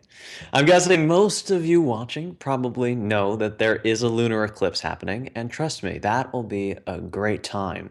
There is no such thing as a person that doesn't have a good time watching an eclipse. There are only eclipse watchers and people that haven't seen eclipses yet. It is something that steals your attention because it's a break in the pattern, a break in what you're used to. We have this moon orbiting around the Earth, and we have the Earth orbiting around the sun, and we see all of them and are affected by them on an everyday basis. And usually that has to do with the light coming off of them. The light emanating from the sun that makes up our daylight, and the light from the sun that bounces off the moon, which lights up our sky to some degree as a phase of the moon that we see. The light is what is constantly there. So an absence of light, now that changes everything. And that is what an eclipse is, when we don't see that light that we expect to see either from the moon or the sun or a lunar or solar eclipse. And today we're witnessing a lunar eclipse, or rather, when looking at the moon, we are not going to quite see it in the same light that we normally do. But why? Well, let's work it out. So the three pieces of the solar system puzzle that we have to consider when it comes to lunar eclipses are the moon, the earth, and the sun. The sun is emitting light which lights up right about half the surfaces of both the moon and the earth, the sides of them that are facing toward the sun. Both have a daytime side, that side facing the sun, and a nighttime side, the side facing away, because their light is reflected light that has come from the sun and is not so much their own as it is, if you'll forgive me the term, borrowed. And if the earth and moon were emitting light like the sun or a light bulb, there would be no dark side. But there is. There is a lit up or illuminated side, and then there is a shadow. And it may be strange to think about, but yes, the Earth and the Moon both cast shadows into the void of space, and sometimes the Earth and the Moon line up just so that one of their shadows falls upon the other. If the Earth lies in the shadow of the Moon, we get a solar eclipse because the Moon is eclipsing the Sun in our view, blocking its light. On the other hand, if the Moon lies in the shadow of the Earth, we get a lunar eclipse because the Earth, is blocking the light from the Sun from the Moon's view. A lunar eclipse can only occur when the three celestial bodies are very particularly aligned, when the Moon is on the side of the Earth furthest from the Sun, or during the Moon's full phase, like today. This is when light from the Sun has to pass by Earth to get to the Moon, and sometimes the Earth is positioned just so that it will block that light, and instead of getting a full moon, we will get a lunar eclipse. It is a moon we certainly do not see every day, and by seeing it, we are also witnessing a side of ourselves that isn't quite so obvious. We're seeing evidence of the shadow that we cast and the beauty that lies there.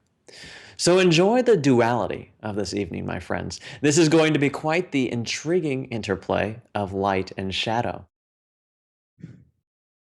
And welcome back to our partial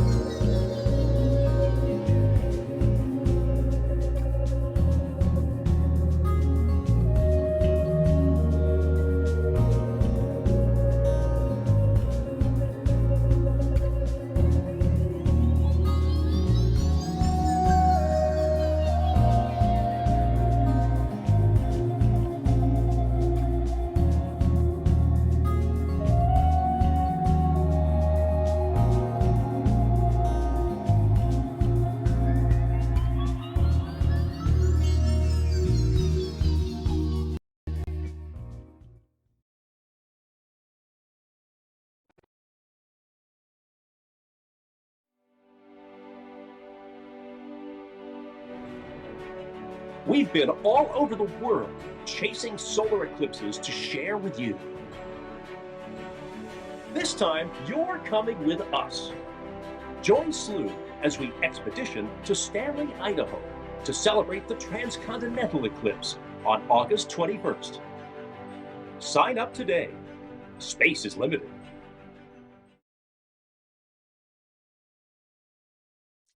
Hello and welcome back to our partial lunar eclipse show here on Slooh. You can see from our live feeds that we are getting some really amazing views out of Australia and South Africa, two really great locations to be viewing this partial lunar eclipse. Of course, you can see it wherever the moon is up right now, which is not here in the United States, unfortunately. It is the middle of the day, but we are seeing it from our feed partners on the other side of the globe. They're so great to be giving us this lovely feed, and we've gotten to the point, I think we're approaching maximum eclipse at this point, so you're seeing that chunk of the moon taken out by the umbral shadow of the earth, and of course we're dealing with a low cloud cover as well, but I think it looks pretty cool to see the moon with those clouds rushing over it. Now this is a partial lunar eclipse, but it is happening only 2 weeks before the event of the year, possibly the event of the decade, I don't know. You can tell me, the transcontinental total solar eclipse, which will be sweeping across the nation on the 21st of August. And Slooh is going to be in Stanley, Idaho. But to get there, we are actually traveling across the country on a Slooh road trip. And we're kicking that off today, right now, in Connecticut at the Connecticut Science Center. And Paul Cox, Slooh astronomer Paul Cox, is here to talk to me about that road trip and about what they are doing right now in Connecticut. Hi, Paul. How's it going? Hey Trish, it's going really, really well. We've done our little bit outside with the Slooh Mobile Observatory, but now, as you can see, I'm in a science centre. I love science centres, I really do. I'm going to kind of get on one of the little kids' tours in a sec, whenever we're finished, but this place is bustling, and they've hosted us this morning for our big departure to Idaho this morning. So we're having a lot of fun up here, I must say. You can see. I'm so glad. Who's just nibbling my ear just here. Surrounded by it. It is superb here, I must say. Yeah, the Connecticut Science Center is a great museum. It's, full of interactive exhibits, and it's really good for kids. And it's a really great place to kick off this giant road trip that you guys are about to embark on, traveling across the country to Idaho. So you're starting off in Connecticut today, hanging out with the kids there. What is your next stop? Like, what does this road trip look like? We head west. Oh, okay. Just generally west. You're gonna hit every state along the way in 2 weeks? Yeah, we're basically heading west. We've got to do a little bit of planning a little bit later on today, but I do know that our next stop, which is tomorrow morning, is going to be at the Whitaker Center for Science and Art. My problem at the moment is I haven't looked at the information to be able to tell you which city that is in. Who knows? It might be Whitaker. You never know. It might be.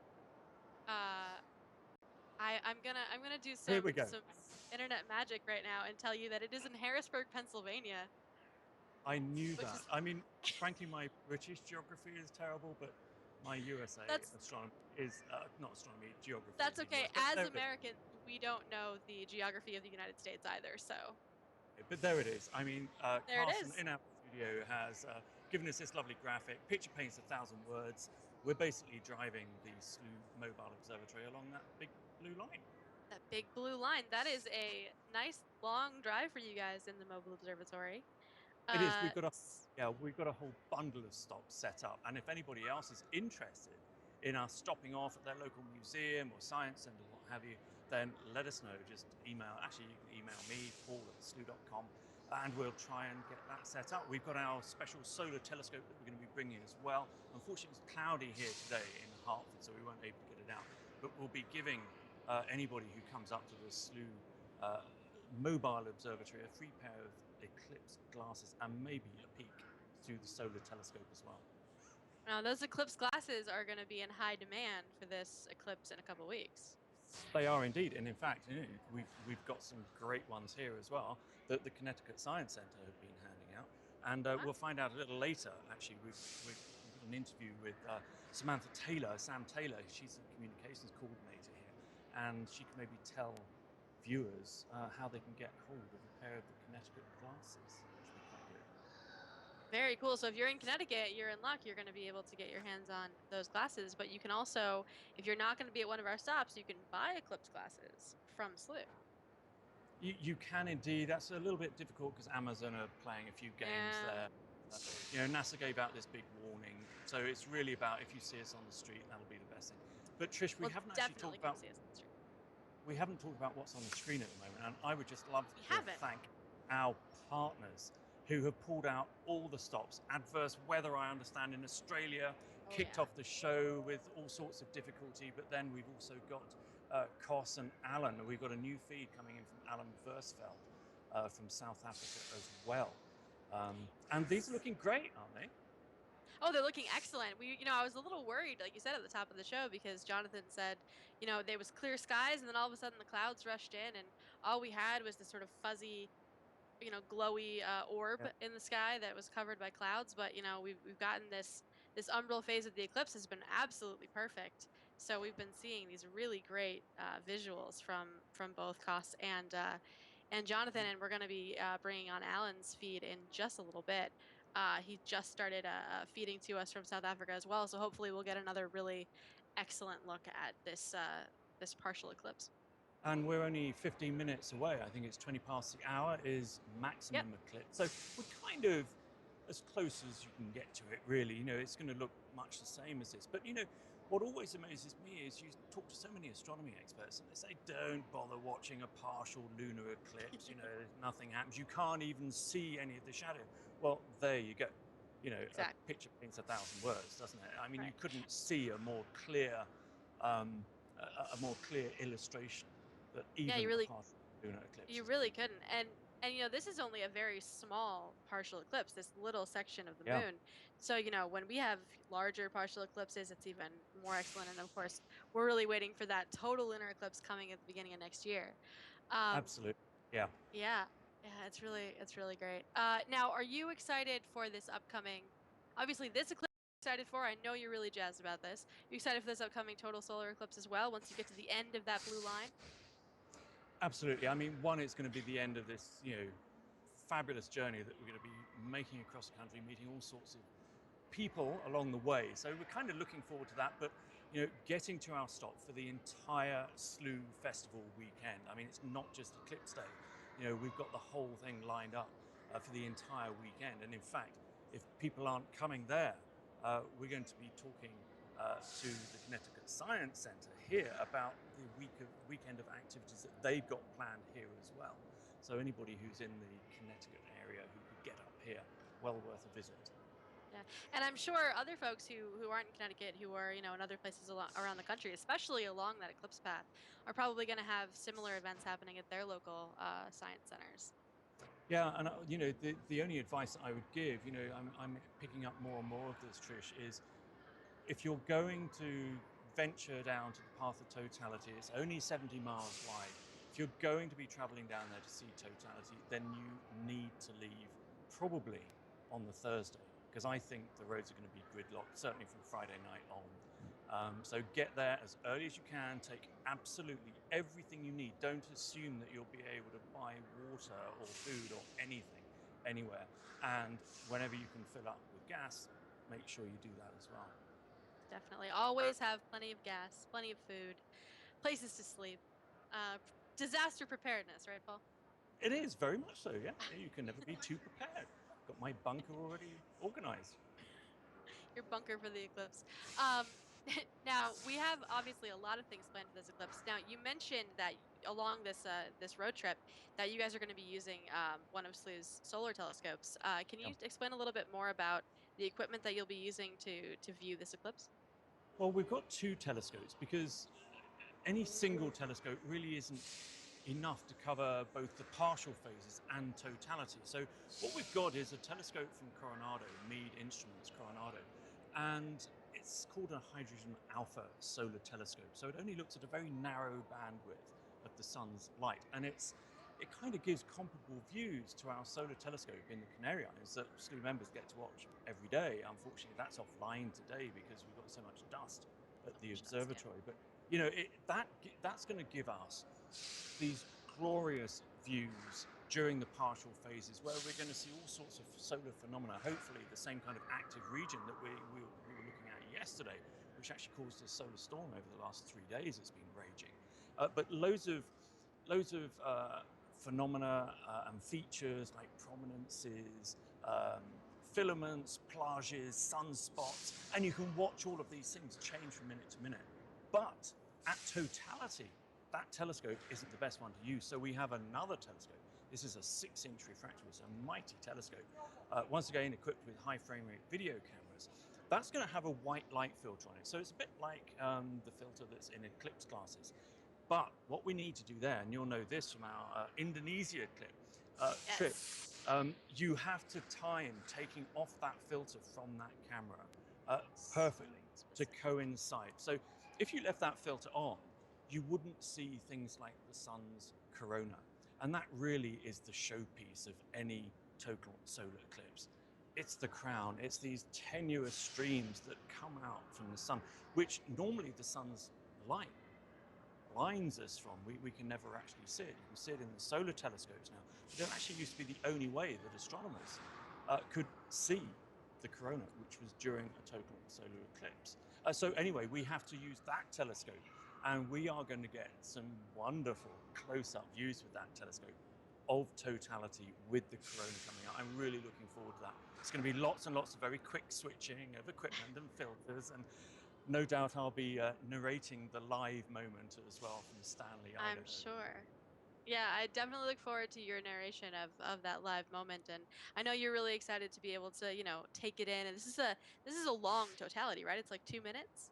2 minutes. I have my tissues already, Trish. Oh, Yeah. good. Have those So up your sleeve. Gotta have them ready to go. exactly. I mean, you've seen what 12 seconds have. of totality did to me in Kenya. You've seen what a few seconds did in Indonesia.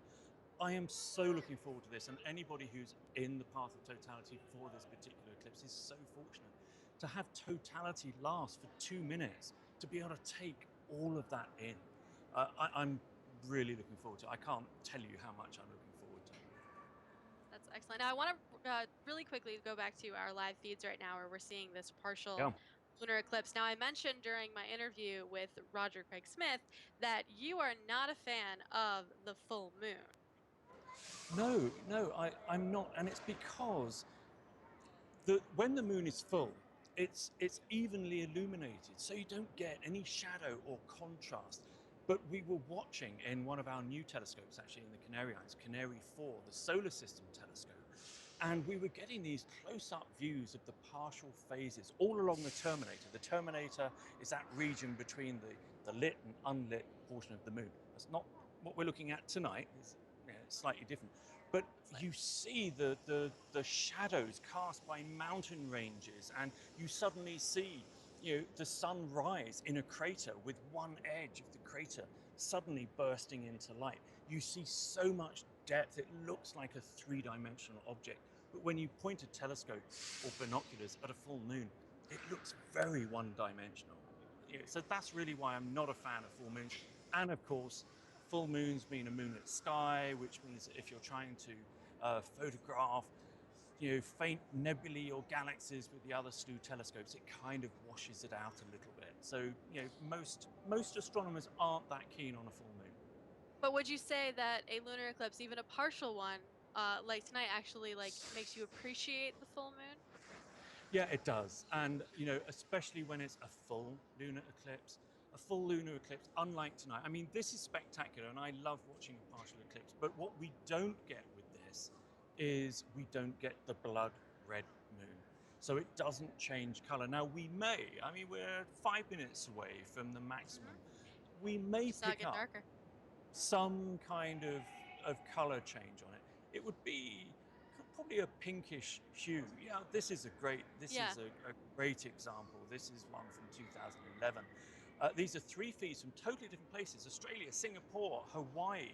And I put this composite together, and there we can see, as soon as it goes into the total phase of a lunar eclipse, you get these lovely, lovely, rich colors coming out.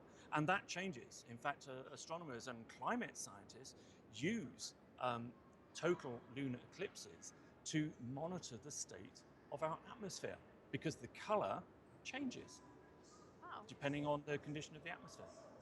That's fascinating. I did not know that. Thank you so much for Yeah. teaching me something today. That's all right. My Now, pleasure. speaking of teaching people something, back to that transcontinental total solar eclipse in 2 weeks. You're going to be out in Stanley, Idaho, with our members, hanging out at our eclipse event. But what can they look forward to? Especially, what can people who haven't yet signed up for? What can you entice them with? What kind of events are going to be happening? Well, the first thing is to say we've already got a whole stack of Slooh members already booked up and registered to come, but it's not too late. If you haven't got your location sorted out for the eclipse, even if you join Slooh today, you can still then come to the campsite in Stanley, Idaho, free of charge. And we've got loads booked up for the entire weekend.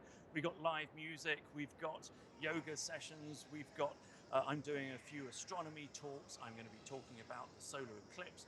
We're talking about how to photograph the solar eclipse for anybody who's interested in that. So a whole weekend of packed action, really, from Friday through till Tuesday. That is a jam-packed weekend full of sciencey goodness. Well, it's not just sciencey though. We've got book readings. We've got the yoga. We've got a whole stack of stuff, Trish. Great. So it's something for everybody, really. The yoga, the art and culture, the human spirit stuff, and also the science and the DIY. Absolutely. And the best bit, there were two best bits of all of this. After 13 years of the Slooh community being virtual, we are for the first time going to be meeting so many of us. These names that I've known about, for 12, 13 years, I'm suddenly going to be face to face with these people. So that's going to be one highlight for me, just getting together with the rest of the Slooh community. But of course, then 2 minutes of totality. We've picked that spot because it's one of the best spots. We've got one of the best weather prospects in that particular location. Whereas if you go, 30, 40 miles off to the east, you actually land up getting into areas which are slightly cloudy. So we picked this, with quite a lot of forethought and planning, allegedly. Allegedly. We didn't just pull a name out of a hat? I thought that's how we did things. Have I been doing this wrong the whole time? Exactly. Yeah, you've been working far too hard. Yeah. Oh, goodness. Well, Paul, thank you so much for joining us. We're going to be coming back out to you folks at the Connecticut Science Center in just a minute because, of course, our Director of Research, Paige Godfrey, is going to be interviewing. Can you remind me again who she's interviewing? Sam Taylor, who is the communications coordinator here. And Sam has organized their entire weekend of Eclipse events here at the center. So Paige is going to be interviewing Sam, and we'll find everything there is to know about that weekend that's going to be here. They've got a plaza actually behind me, so just beyond Rex there's a plaza, and they've got outside activities, but inside they're also going to be projecting Slooh's live feeds onto a great big wall as well. So yeah, they are really well organized here, I have to say. That is a really awesome event, sounds like. So I'm really looking forward to hearing more of that from Sam. And of course, Paige will be doing that interview in just a few minutes. Paul, thank you so much for joining me. No problem. It's been a pleasure as always. We will see you on the road. And just a big shout out to all of our Lunar Eclipse feed partners today. Yes. Right? Thank you so much, guys. I know you've been battling weather and internet and all manner of things. So thank you very much for actually bringing us these live images of what really is the forgotten eclipse, isn't it? Yeah, definitely. Anyway, now I have overrun, so I will go this time. I promise not to choke anyone. Thank you so much, Paul. We will be, like I said, going back out to the Connecticut Science Center in just a minute, where Paige Godfrey, our Director of Research, is going to be interviewing Sam Taylor from the Connecticut Science Center about their whole event that's happening in the week leading up to the eclipse, which is just 2 weeks away. So don't go away. We will be right back with that interview.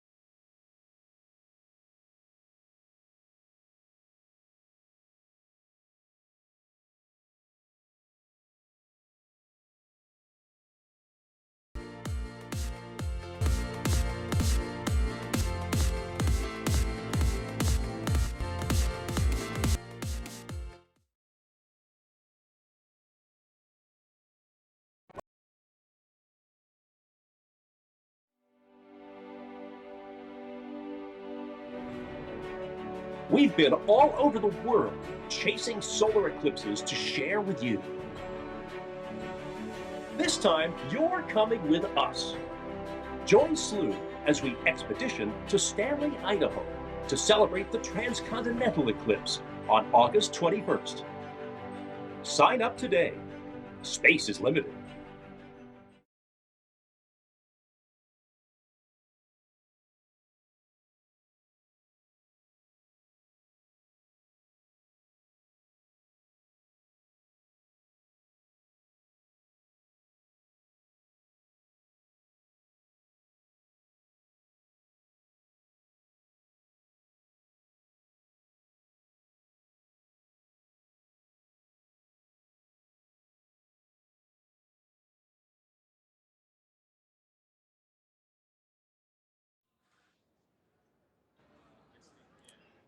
Hi, everyone. We're here at the Connecticut Science Center, and I'm here with Sam Taylor, the communications coordinator here at the center.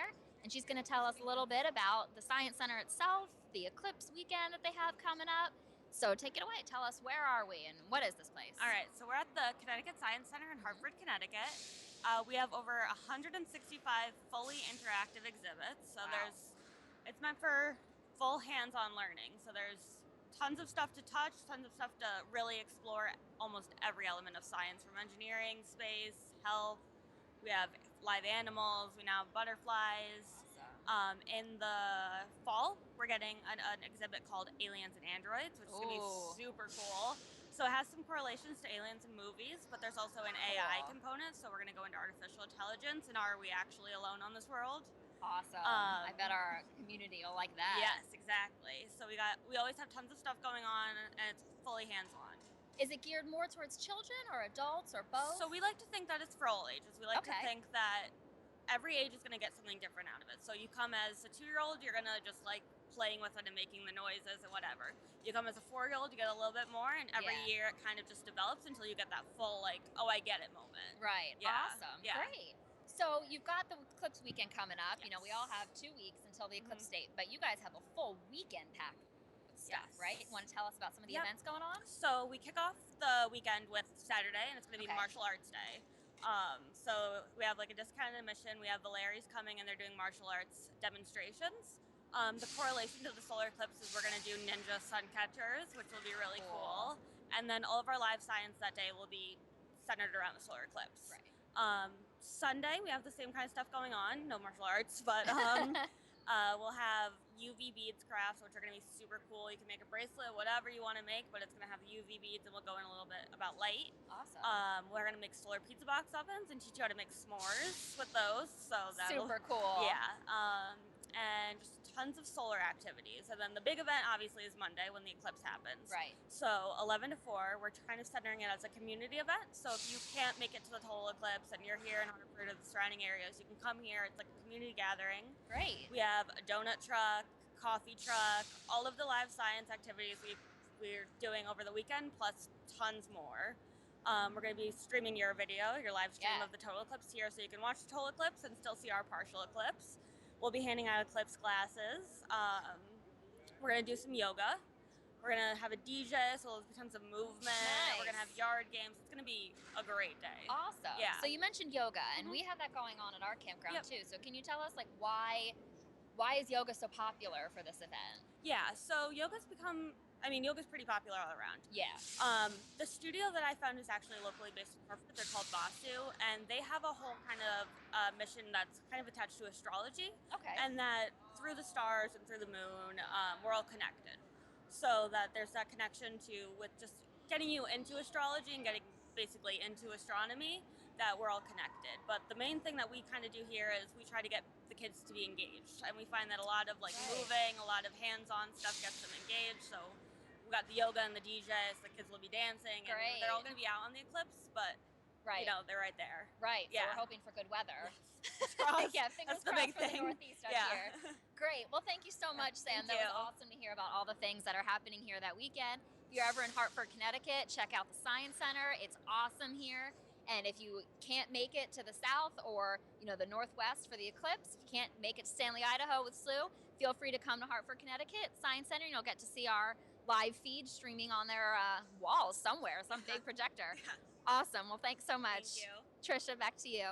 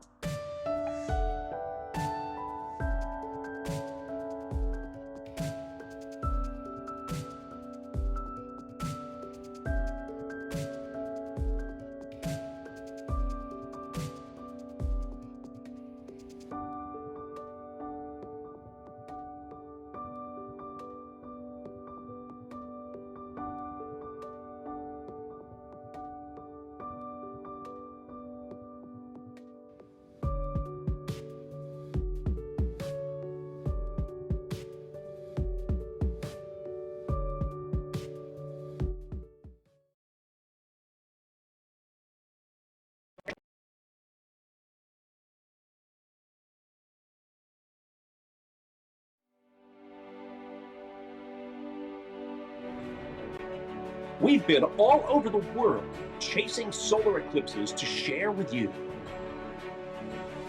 This time, you're coming with us. Join Slooh as we expedition to Stanley, Idaho to celebrate the transcontinental eclipse on August 21st. Sign up today. Space is limited.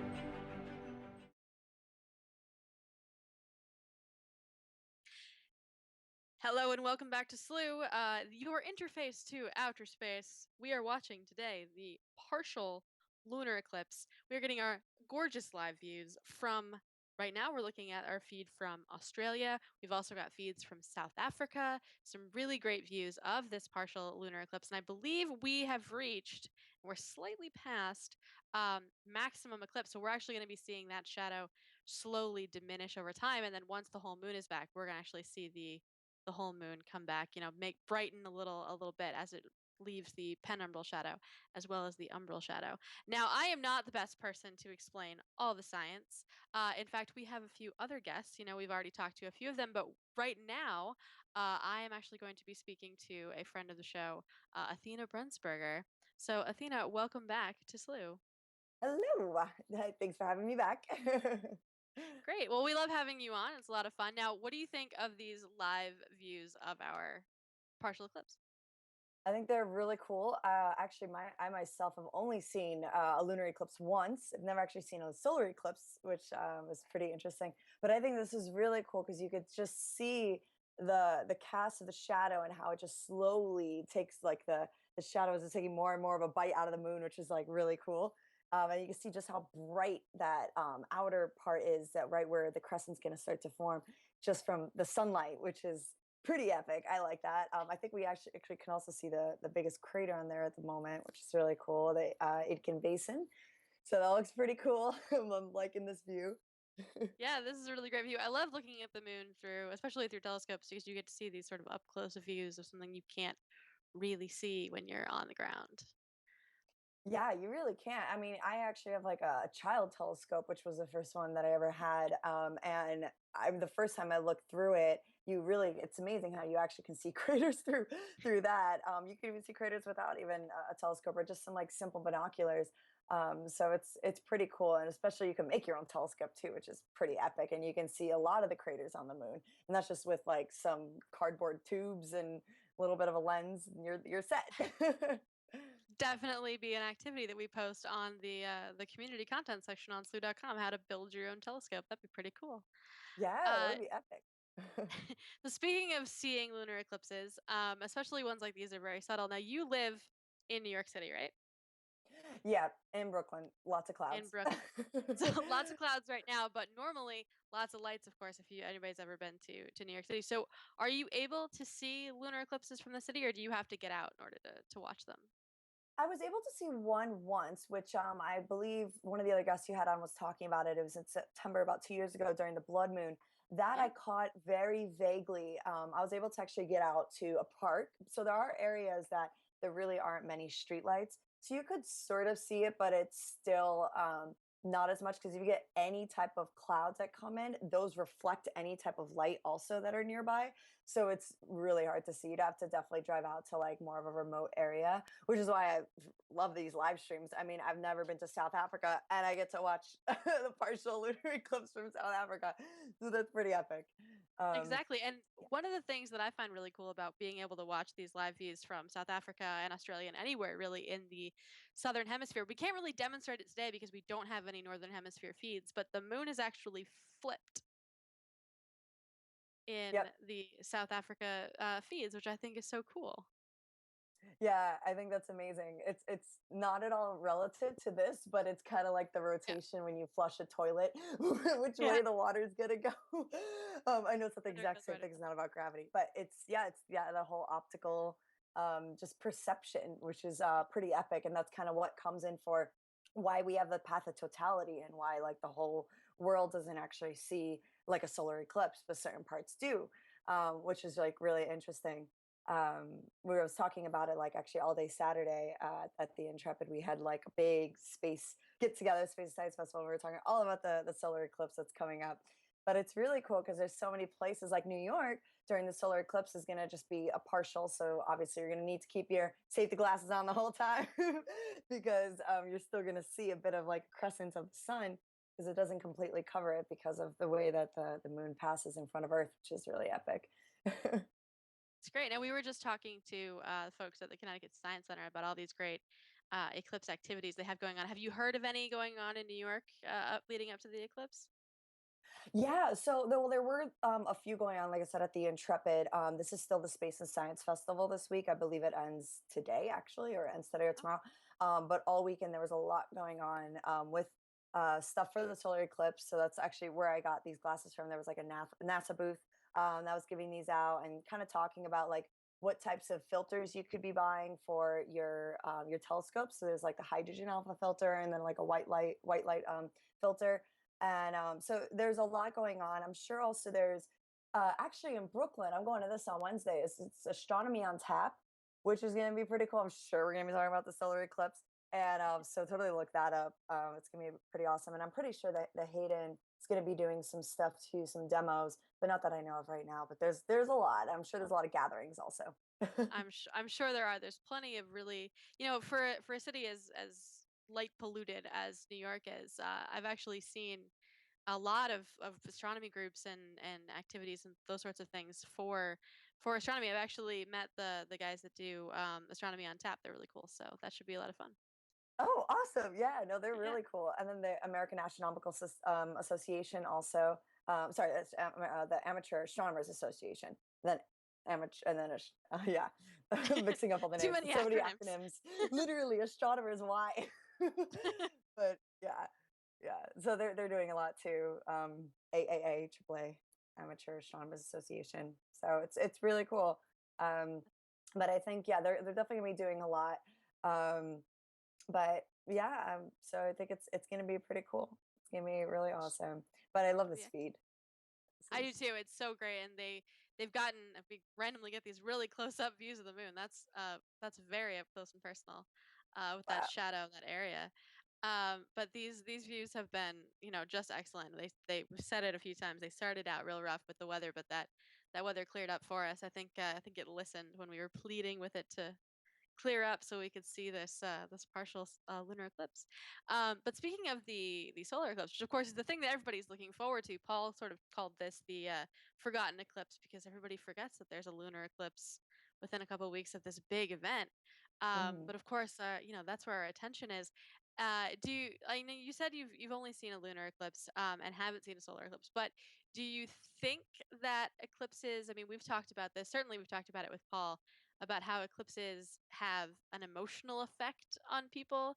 Do you find that like lunar eclipses have any kind of effect on you, or are you anticipating one for the solar eclipse? I definitely think just yeah, visually it's emotional. I don't know about like, actually physically, like if we're gonna feel anything, but I think that definitely like because of the visual, it's so powerful because like when I was explaining this to kids on Saturday, we were doing a little demo with like an inflatable earth and then a little moon on a stick, and then would hold them hold a flashlight that looks like the sun. And like to see their faces when they're like, wait, in the middle of the day, it's going to be complete darkness. Like if they're on the path of totality, of course. I was like, yeah, how crazy is that? I'm like, that literally exists. And they're like, but how? I'm like, because there's more out there than just us.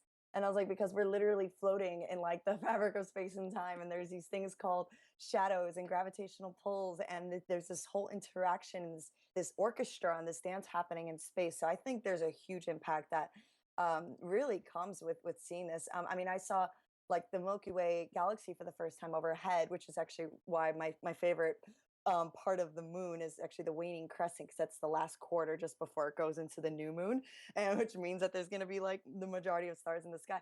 But that just was so monumental to me. So I feel like to see a lunar eclipse, like it's crazy because people think that they can't see this during the day, and when they do see the moon, they're like they freak out a little bit. They're like, why is the moon out during the day? And it makes them realize that there's so much more to learn, just even if it's themselves, because they actually didn't know that the moon doesn't just disappear and then come back and say, hey, I'm back for dinner. It's kind of just always there. And so when you see it like this and you're watching an eclipse and you just see it slowly diminish, it's crazy because you're like, if I was on the moon, I would see Earth diminish. Everything that I've ever known is on this planet, and you see it slowly start to diminish. And so for us, it's like that with the moon. Not that there's little like moon men or anything, but I think that there's definitely an impact because it just puts everything into perspective for people. So especially yeah, with the solar eclipse, that's even crazier because the sun is what gives us life, and it's like the Yeah. moon's kind of just there, but like the sun gives us life, and it's like to see it completely blocked and then to see that little bit of like the just the corona right on the outside, the little ring. It's just it's I can just imagine how crazy it's going to be because it's like just black, and then you just see all the floof everywhere, which is I mean the floof, what would be the solar flares and then the prominences and the coronal mass Hmm. ejections, and that's how it interacts with Earth, and then that's how we end up having things like auroras. And I don't know, I just think that seeing something like that is it's so magical because it sounds like a painting. I mean, it's like the first book that I ever saw with astronomy. I thought it was a bunch of artwork, and I was like, oh, this is real life. And so I think that that's what really to push that, I think for the general public to really see is what kind of was going to really help the human race move a lot more and being like, let's explore more because why is that happening? And we know so much. So anyway, I'm done rambling now. But Rambling yeah. is just fine. Yeah, I mean the total solar eclipses are absolutely brilliant to see, and I was lucky enough to be at the one in Indonesia last year, and I wish I'd been able to see. Of course, I was on the air, and you can only spend so much time looking at the sun and not talking when you're trying to host a show, and it's so spectacular. I wish I'd seen more of it, and I'm bummed that I'm not going to be able to see this eclipse, because I think it's going to be so great for so many people. So I'm wondering, like, not just the effects on people, but what do you think eclipses like this, especially such visual, like visible ones, as one that goes across the entire U.S. You know, what effect do you think that has on the astronomy community, especially for amateurs? I think that for amateur astronomers, it's going to. I've been reading a lot in different magazines, more so about the photography side of it. So I've been learning a lot about like the shutter speed and all that stuff. So I know that's the main impact for a lot of amateur astronomers because a lot of them are into the photography aspect of it, and also getting the landscapes. I think is a huge, amazing thing because that's what's unique. If everyone zooms in into the sun during the solar eclipse, it's all going to kind of look the same. It's going to just be like darkness and then a circle. But if you really zoom out and you kind of see the landscapes, that's what I think will really unite the whole United States because you're going to see each state and their landscapes or their like landmarks. And then you'll see that we're all under the same thing at the same time. Well, different times, I guess, but like around within the same 2.5 to 3 minutes. And I think that that's actually really cool. So amateur astronomers, I'm sure already like me, we already have like a real strong love for it. And it's a huge aspect for wanting to do the photography. But for those who maybe haven't seen it before and are going to see it, even the astronomy community, I think it's going to build it up a lot more, which is really cool because like more people are going to want to join in. More people are going to be like, I want to learn more about this stuff. I'm going to start going to lectures. I'm going to start like seeing when the meteor shower is or when this is. And so I think that that's what's going to grow a lot for the astronomy community. And I think that it's just going to be a domino effect every time an astronomical event like this happens, which is why I love that Slooh is covering these like live because it's just like it's accessible. Like me growing up, like I didn't really see too many things. I never saw meteor showers, any of that, and it's like literally accessible right here. It's so accessible, and so I think that it's awesome because so many people now get to see it whenever they want, and I think Yeah. that just kind of builds the curiosity. Yeah, it's so great. I mean, we just did a show a few weeks back where we talked all about comets because it was the anniversary of the discovery of Hale Bopp, which flew by on in 1997. It was like a huge thing in 97, and I was talking to the folks in the studio and about the fact that I remember when that happened, when it was just this bright comet in the sky. I could just walk out onto my front sidewalk and look up and see this comet streaking through the night sky, and it moved so slow that it was there for a bunch of nights. And I really think that was sort of the thing that got me interested in space and astronomy and science in general. And then of course there was the golden age of PBS television. So we had Bill Nye the Science Guy and Magic School Bus Yeah. and all that at the same time. So those things really got me into like approaching this. And my hope is that the solar eclipse will sort of get more kids interested in science and those sorts of things. So did you have a similar experience? Was there like a astronomical event that you saw when you were a kid, or a TV show or something that got you into astronomy? Like definitely love Magic School Bus. That was awesome. Who And doesn't? and This was also you learn so much about like microbes and you learn about bacteria because you're always shrinking with exactly. that. Um, but what's it called? But I did like a lot of what was it? Yeah, Bill Nye the Science Guy. I definitely was crazy about. I mean, Bill Nye the Science Guy. Like, yeah, definitely number one. But an astronomical event, I don't really know if I saw any when I was actually a lot younger, which is kind of crazy. That's the thing with growing up in the city. You don't really see too many astronomical events. It really was like when I had my first interview with Slooh. I told a story about the book that I got, like I just said, when I was in 7th grade. But then it was like after that, I was in a planetarium in high school. I started tracking asteroids. Oh, I remember when I was 16. So when we were learning how to track asteroids, and we're learning about like all these different things in the night sky. We had like an almanac, stargazer's almanac. But we also started tracking the International Space Station when they would go overhead. And I'm always going to remember this. I ran out of my house. It was like freezing out. It was so cold. It was like winter, of course, out here. And I went running like, I don't know, 10 blocks to just see the International Space Station go overhead for like, I was able to see it for maybe about 5 minutes and then just got dimmer and dimmer and dimmer. And I was like, there's people up there. That's amazing. And it's bright. And I'm like, they're doing research. They're making like they're growing lettuce. Like it's insane. So that's probably I think what like first kind of did it for me. And I was like, I need to do more with this. And then when I was in college and I was like, we had the observatory at the College of Staten Island. That was when I first learned about hydrogen alpha filter and I saw sunspots. And I'm like, why are there regions on the sun that are super cold? And then all of a sudden it explodes and it's like electromagnetic radiation. And then there's auroras on Earth. Like, what? And so So that's kind of also what like did it for me, was looking through an H alpha filter on a telescope in the middle of it for daylight. I had to trust the teacher, either the professor. I'm like, you sure I can look through this telescope and not go blind? He's like, yes, trust me. So I think that's kind of like what did it for me. And I'm sure if anyone has a chance to do that, I think they actually sell H alpha filters for like $25 online. Make sure you get a good one, because there are a lot of ones out there that I don't know if are really accurate, but it's awesome. Just, to be able the fact that we can like do that. We're on the ground. We don't have to go to the sun and like put a thing over the sun. Like, we're on the ground and we've created technology like this. It's amazing. Yeah. Yeah, that is incredible. And I know you can also get, Paul was talking a little earlier about how we're going to be viewing the eclipse at two different filters. We're going to be looking at it through an H alpha filter and also through a white light filter, which is very similar to those eclipse glasses.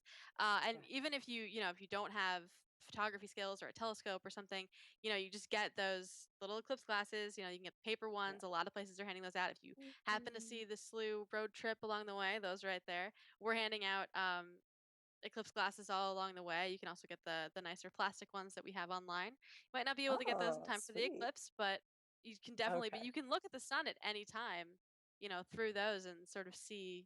It's from far away, but you can see sunspots and some of the really big coronal mass ejections. And of course, you can also come on Slooh anytime, as long as there's not a bunch of dust like we have today in the Canary Islands, and you can look through our H alpha telescope in the Canary Islands, which is always looking at the sun, so we can see giant prominences and solar flares and different features and sunspots, and it's all really, really cool. So That's so cool. that's I love that. a great story. So obviously, if you live in an area that has some light pollution issues, take your kids to a planetarium or an observatory and Yeah. inspire them with space.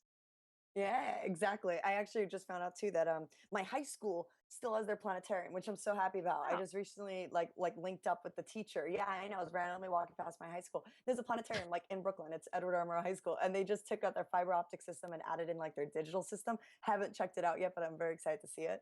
So that's like super cool, and they do trips there like all the time. So for those other people that are in the city and have issues like me with light pollution in Brooklyn, they have it at Edward R. Murrow High School, which is pretty funny.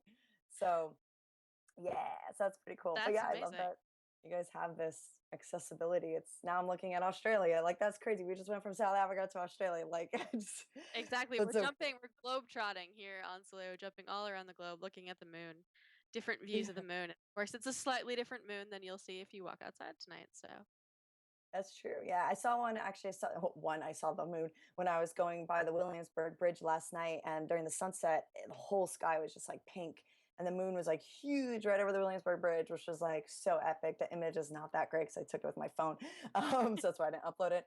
But it's actually, it was so pretty. So it's really cool if people can just kind of get outside and be like, "Whoa, this is our neighbor." Like, that's just, I don't know.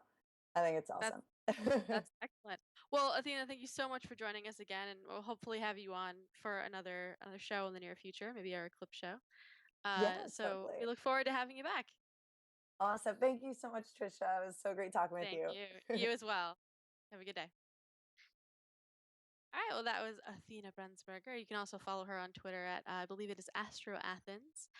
So, of course, we still have plenty more of this lunar eclipse to come. You can see right now through our live views, tongue-tied, from South Africa, that this is slowly making its way out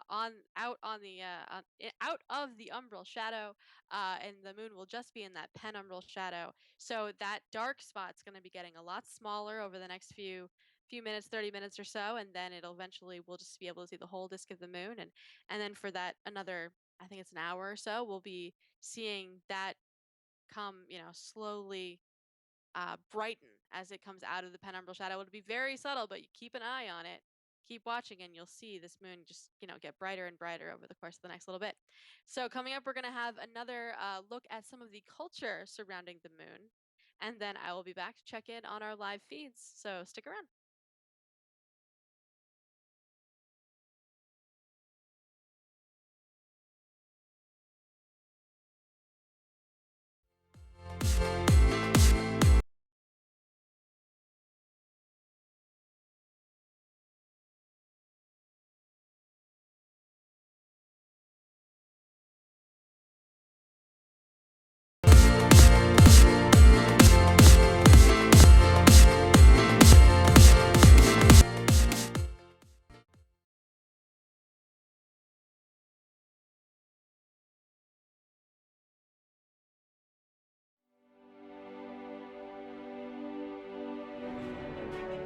We've been all over the world chasing solar eclipses to share with you. This time, you're coming with us. Join Slooh as we expedition to Stanley, Idaho to celebrate the transcontinental eclipse on August 21st. Sign up today. Space is limited.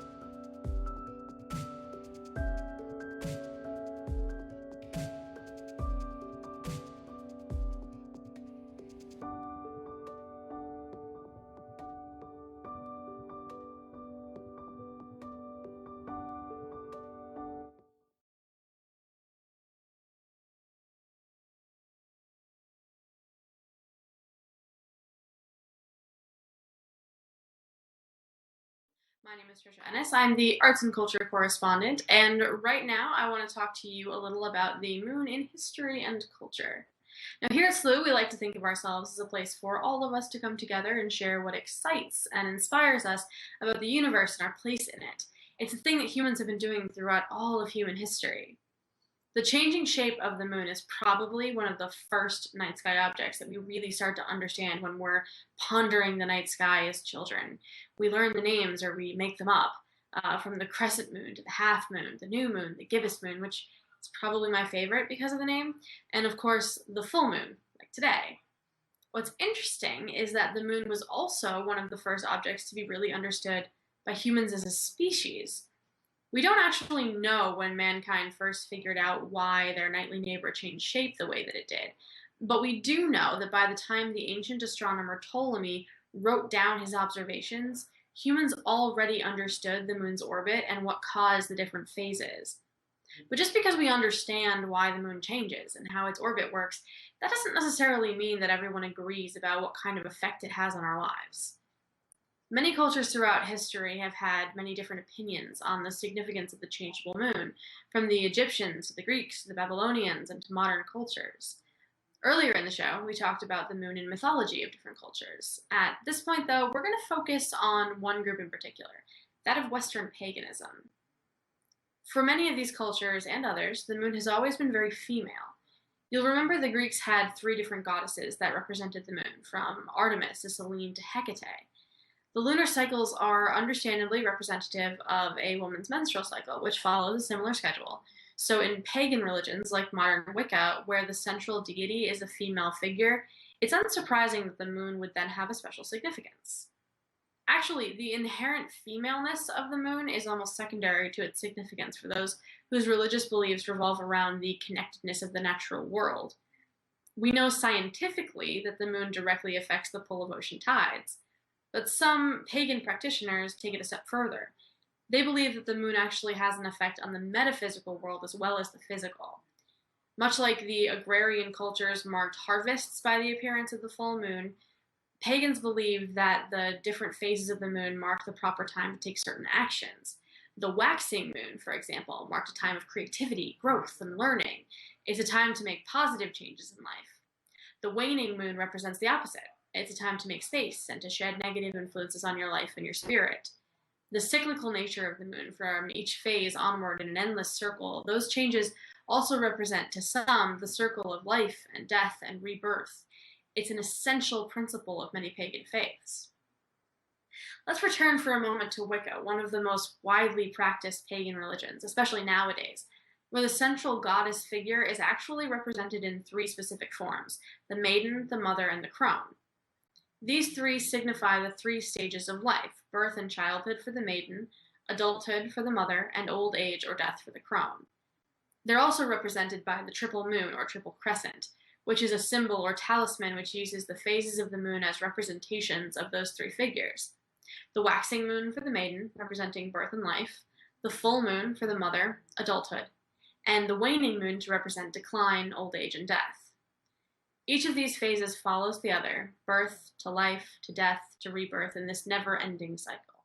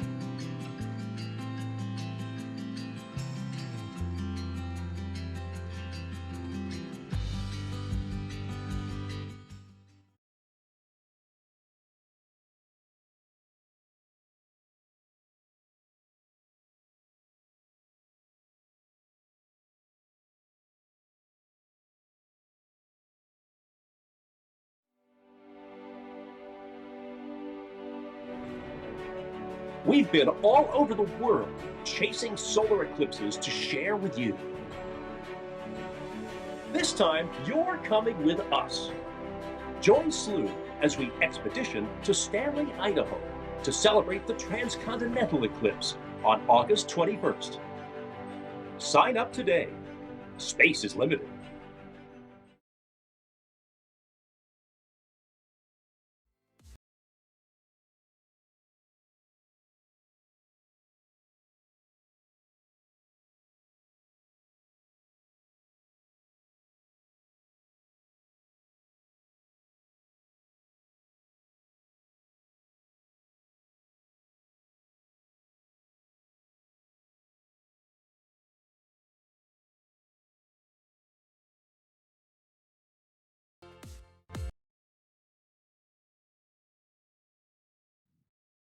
Hello and welcome back once again to our live show for the partial lunar eclipse today. So just a little while ago we saw the maximum point of the eclipse, and now of course the moon is slowly moving out of the umbral shadow of the earth, and you're going to see that dark section of the moon right there slowly dissipate, and you'll see the full disk of the moon, and then over time that moon will come out of the penumbral shadow and it'll be a little brighter. It's a very subtle change from penumbral to outside of that shadow. But we're going to be on the air until this partial lunar eclipse ends, which is in about 30 minutes, 20 minutes. Let me double check my timing so I don't get this wrong. It's going to be about 20 minutes at about 3:18 local time. It is 19:18 UTC, wherever you are. It'll be about 18 minutes past the hour, past this time. So we're looking forward to seeing, this movement of the moon out of that shadow. And I think the really cool thing about watching these eclipses, the solar eclipses and the lunar eclipses, is this idea that you can sort of see the solar system in motion, that dynamic movement of the Earth coming in between the moon and the sun, and then the moon coming in between the Earth and the sun, and blocking out some of that light that we've come to be so used to, and creating sort of an eerie change in what we're used to. And we've talked a lot about eclipses, both lunar and solar. So it's going to be, we have a lot going on in the next 2 weeks, because we have this transcontinental total solar eclipse. It's going to be the event of the year, the decade, maybe the century, maybe not a century. There's going to be another one in about, I believe it's 7 more years. There's going to be another one in the U.S. But, we're really gearing up for this transcontinental total solar eclipse. It's going to be a really amazing experience here on Slooh. We're going to be broadcasting live for the entire eclipse from one end to the other. And of course, we're going to be live in Stanley, Idaho. We spoke a little earlier to Slooh astronomer Paul Cox, and of course, our director of research, Dr. Paige Godfrey, spoke to folks at the Connecticut Science Center, where they are right now kicking off our cross-country road trip. We're going to be stopping at a whole bunch of places, science centers along the route, going to Virginia and Harrisburg. They're going to Harrisburg tomorrow. They're going to Virginia in a few days, and St. Louis, and a whole bunch of places all across the country, checking in with folks along the way, telling you what you can be doing, how you can watch the solar eclipse for yourself, handing out eclipse glasses, doing just some amazing events, and really gearing up for this total solar eclipse. It's going to be happening in just 2 weeks on the 21st of August. It's going to be an amazing event. If you are in the US, you will be able to see that transcontinental solar eclipse, at least a partial phase. But what you really want to do is get to that eclipse line right in the middle of the country. You can find the maps online. You can drive to your nearest place, or you can join Slooh. And if you join Slooh as an apprentice or an astronomer member, you get all those perks, plus signing up for our road trip out to Stanley, Idaho. Signing up for that spot in Stanley is free. So all you have to do is get yourself out to Idaho, and then you have a place to hang out with some really great Slooh members to, do some workshops, check in, do some yoga, there's some really incredible events for all sorts of people, covering everything from human spirit to arts and culture to science, the DIY. Um, and really hang out with these people and get to watch this amazing event with some really amazing folks, in one of the best locations, probably the best location, if we do say so ourselves, for watching the eclipse, which is Stanley, Idaho. So make sure you sign up for Slooh and check in on that. Now, of course, we're watching this lunar eclipse right now. Lunar eclipses that happen within 2 weeks, before or after of every single solar eclipse. Paul Cox earlier was calling this the forgotten eclipse, because people forgot that the lunar eclipse was happening in all of the excitement for the total solar eclipse. But we did not. Of course, we got our feed partners right here. We're looking at Kos's feed from South Africa. We also got our feed partner, another feed partner in South Africa, Alan Versfeld. And of course, we had our feed from Australia, from Jonathan and Bradshaw right there. This amazing feed where the weather wasn't cooperating earlier, but it finally decided to clear up and show us this incredible view. So we're going to be able to see this shadow on the moon for another 15 minutes or so. 12 to 15 minutes or so, where it's going to be moving really slowly. So keep an eye on it. And I will be back in a few minutes to check in once again. So stick around.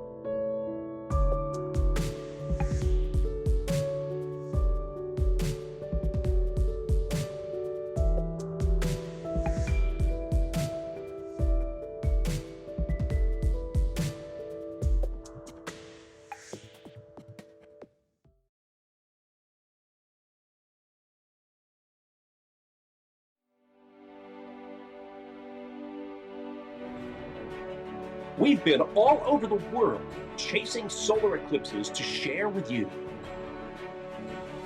This time, you're coming with us. Join Slooh as we expedition to Stanley, Idaho to celebrate the transcontinental eclipse on August 21st. Sign up today. Space is limited.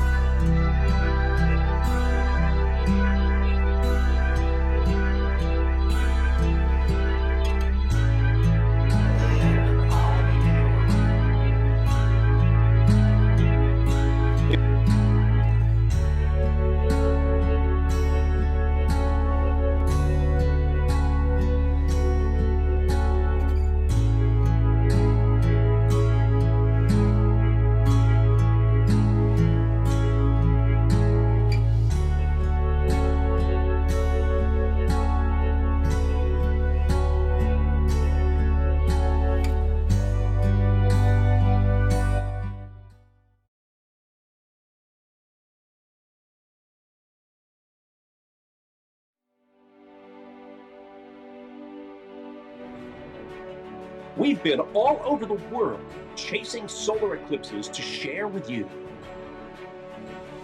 This time, you're coming with us. Join Slooh as we expedition to Stanley, Idaho to celebrate the transcontinental eclipse on August 21st. Sign up today. Space is limited.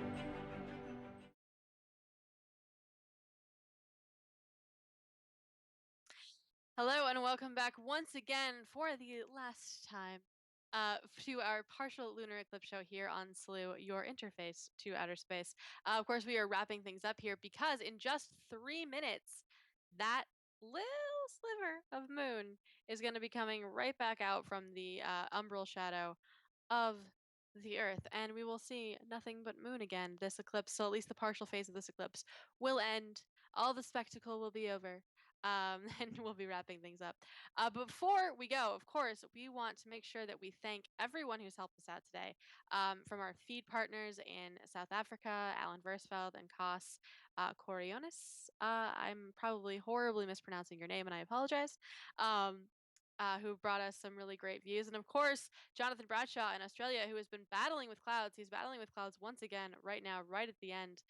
We saw some really cool visuals of the moon sort of like wafting behind the clouds, but now it looks like the moon's just stuck there behind those clouds. So hopefully it pops out for these last couple of minutes of the lunar eclipse. So we want to, of course, thank those guys who have really pulled out all the stops to give us this view on the other side of the world in the middle of the night for them, the middle of the day for us here in the eastern US.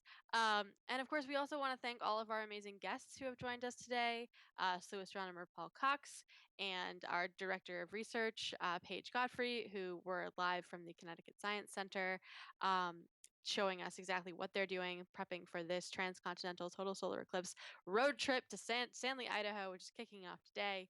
Of course, we also want to thank astronomer and astronomy journalist Bob Berman, who was here right at the beginning of the show to teach us all about, why eclipses happen and the difference between the umbral shadow and the penumbral shadow and sort of the spectacle of eclipses and really how lunar eclipses change so drastically depending on exactly where in that dance these celestial bodies are. I also want to thank Athena Brensberger and Roger Craig Smith, who both joined us to talk about some really fun activities that they've been doing in anticipation of the eclipse. Roger, of course, will hopefully be joining us out in Stanley to take in this eclipse, and we hope that you will also be joining us in Stanley, Idaho for the transcontinental total solar eclipse. It's the end of our road trip, that last stop. It's one of the best places to view this eclipse. It's going to be amazing. If you have not made your own eclipse plans yet, do not forget that Slooh apprentice and astronomer members can join us in Idaho for our eclipse festival for free. You just got to get yourself out there. All you have to do is sign up for Slooh for one of those 2 levels. You'll be able to control our telescopes, participate in all sorts of really amazing events right here on Slooh, including all of these live broadcasts. Snap and share pictures, participate in our community, but you'll also have a spot out at Stanley, Idaho. We've had a lot of folks sign up, but there are still places available. It is not too late. So if you do want to sign up, go ahead, sign up for the apprentice or the astronomer membership and head on out to Stanley, Idaho. Come party with us for the eclipse. It's going to be a really amazing experience. We're doing a whole bunch of workshops. We'll be able to do, we'll have a yoga workshop and a astrophotography workshop and, how to view the solar eclipse. We're going to have H alpha telescopes and white light filter telescopes out there helping all the people there view the eclipse. You'll be able to use your eclipse glasses to watch the partial phases, and you'll be able to take them off for that totality moment, that 2 minutes of totality in Stanley, Idaho. So you'll be able to see all of those amazing things in Stanley. Come on out. And of course, if you're along the eclipse path anywhere, really go outside, check it out, and join Slooh for that live show. So yeah, things are wrapping up here. The partial phase is almost over, and we're gonna have a really great time. This is not the only event, of course, that we're doing here on Slooh. Starting on Friday, August 18th, and running until Tuesday, August 22nd. We're inviting, of course, that's our going to be our big eclipse event. And then you can also be sure to join us ahead of that right here on slooh.com on August 12th, where we're going to be seeing one of the best meteor showers of the year. It's the Perseids meteor shower. It's amazing. It's always incredible. We usually see a ton of of meteors. And last year, Paul was able to see like I think like 15. We have a hilarious little video of Paul reacting to seeing all those incredible Perseid meteors. It's a really great show. We're gonna have a lot of fun guests. We're gonna be talking about the mythology of Perseus and the how meteor showers happen and how you can even hear them when the weather is too bad to see them. And of course, the big news today at Slooh is that Slooh is now free for everyone. You come on Slooh, register as Slooh Crew so you can participate in our community. You'll be able to go onto our telescope pages and check out all of our telescopes. We have 7 telescopes in the Canary Islands, 3 in Chile. They're operating all the time. Of course, today we're experiencing some dust issues, but check back in tomorrow. We have our solar telescope and our planetary telescopes. It should be incredible, and everybody is able to see what we're looking at through those telescopes. And if you register for Slooh Apprentice or astronomer memberships, you're actually able to control those telescopes, select what we'll be looking at, and you can really program what folks will be seeing in those telescopes every night. So make sure you come on over to Slooh, sign up for one of our memberships, join the community, check things out, contribute to the community. It's a really amazing place. And make sure you join us on August 12th for the Perseids meteor shower, and again on the 21st for the transcontinental total solar eclipse. We'll be live from Stanley, Idaho. So that wraps it up for us today. We're watching that last vestige of eclipse end in South Africa as the shadow is leaving the moon, and we look forward to having you all with us for upcoming shows and maybe out in Stanley, Idaho to join us for that eclipse event in a couple weeks. I've been your host, Trisha Ennis. I hope you've enjoyed this show and you've been watching Slooh, your interface to outer space. Have a good day.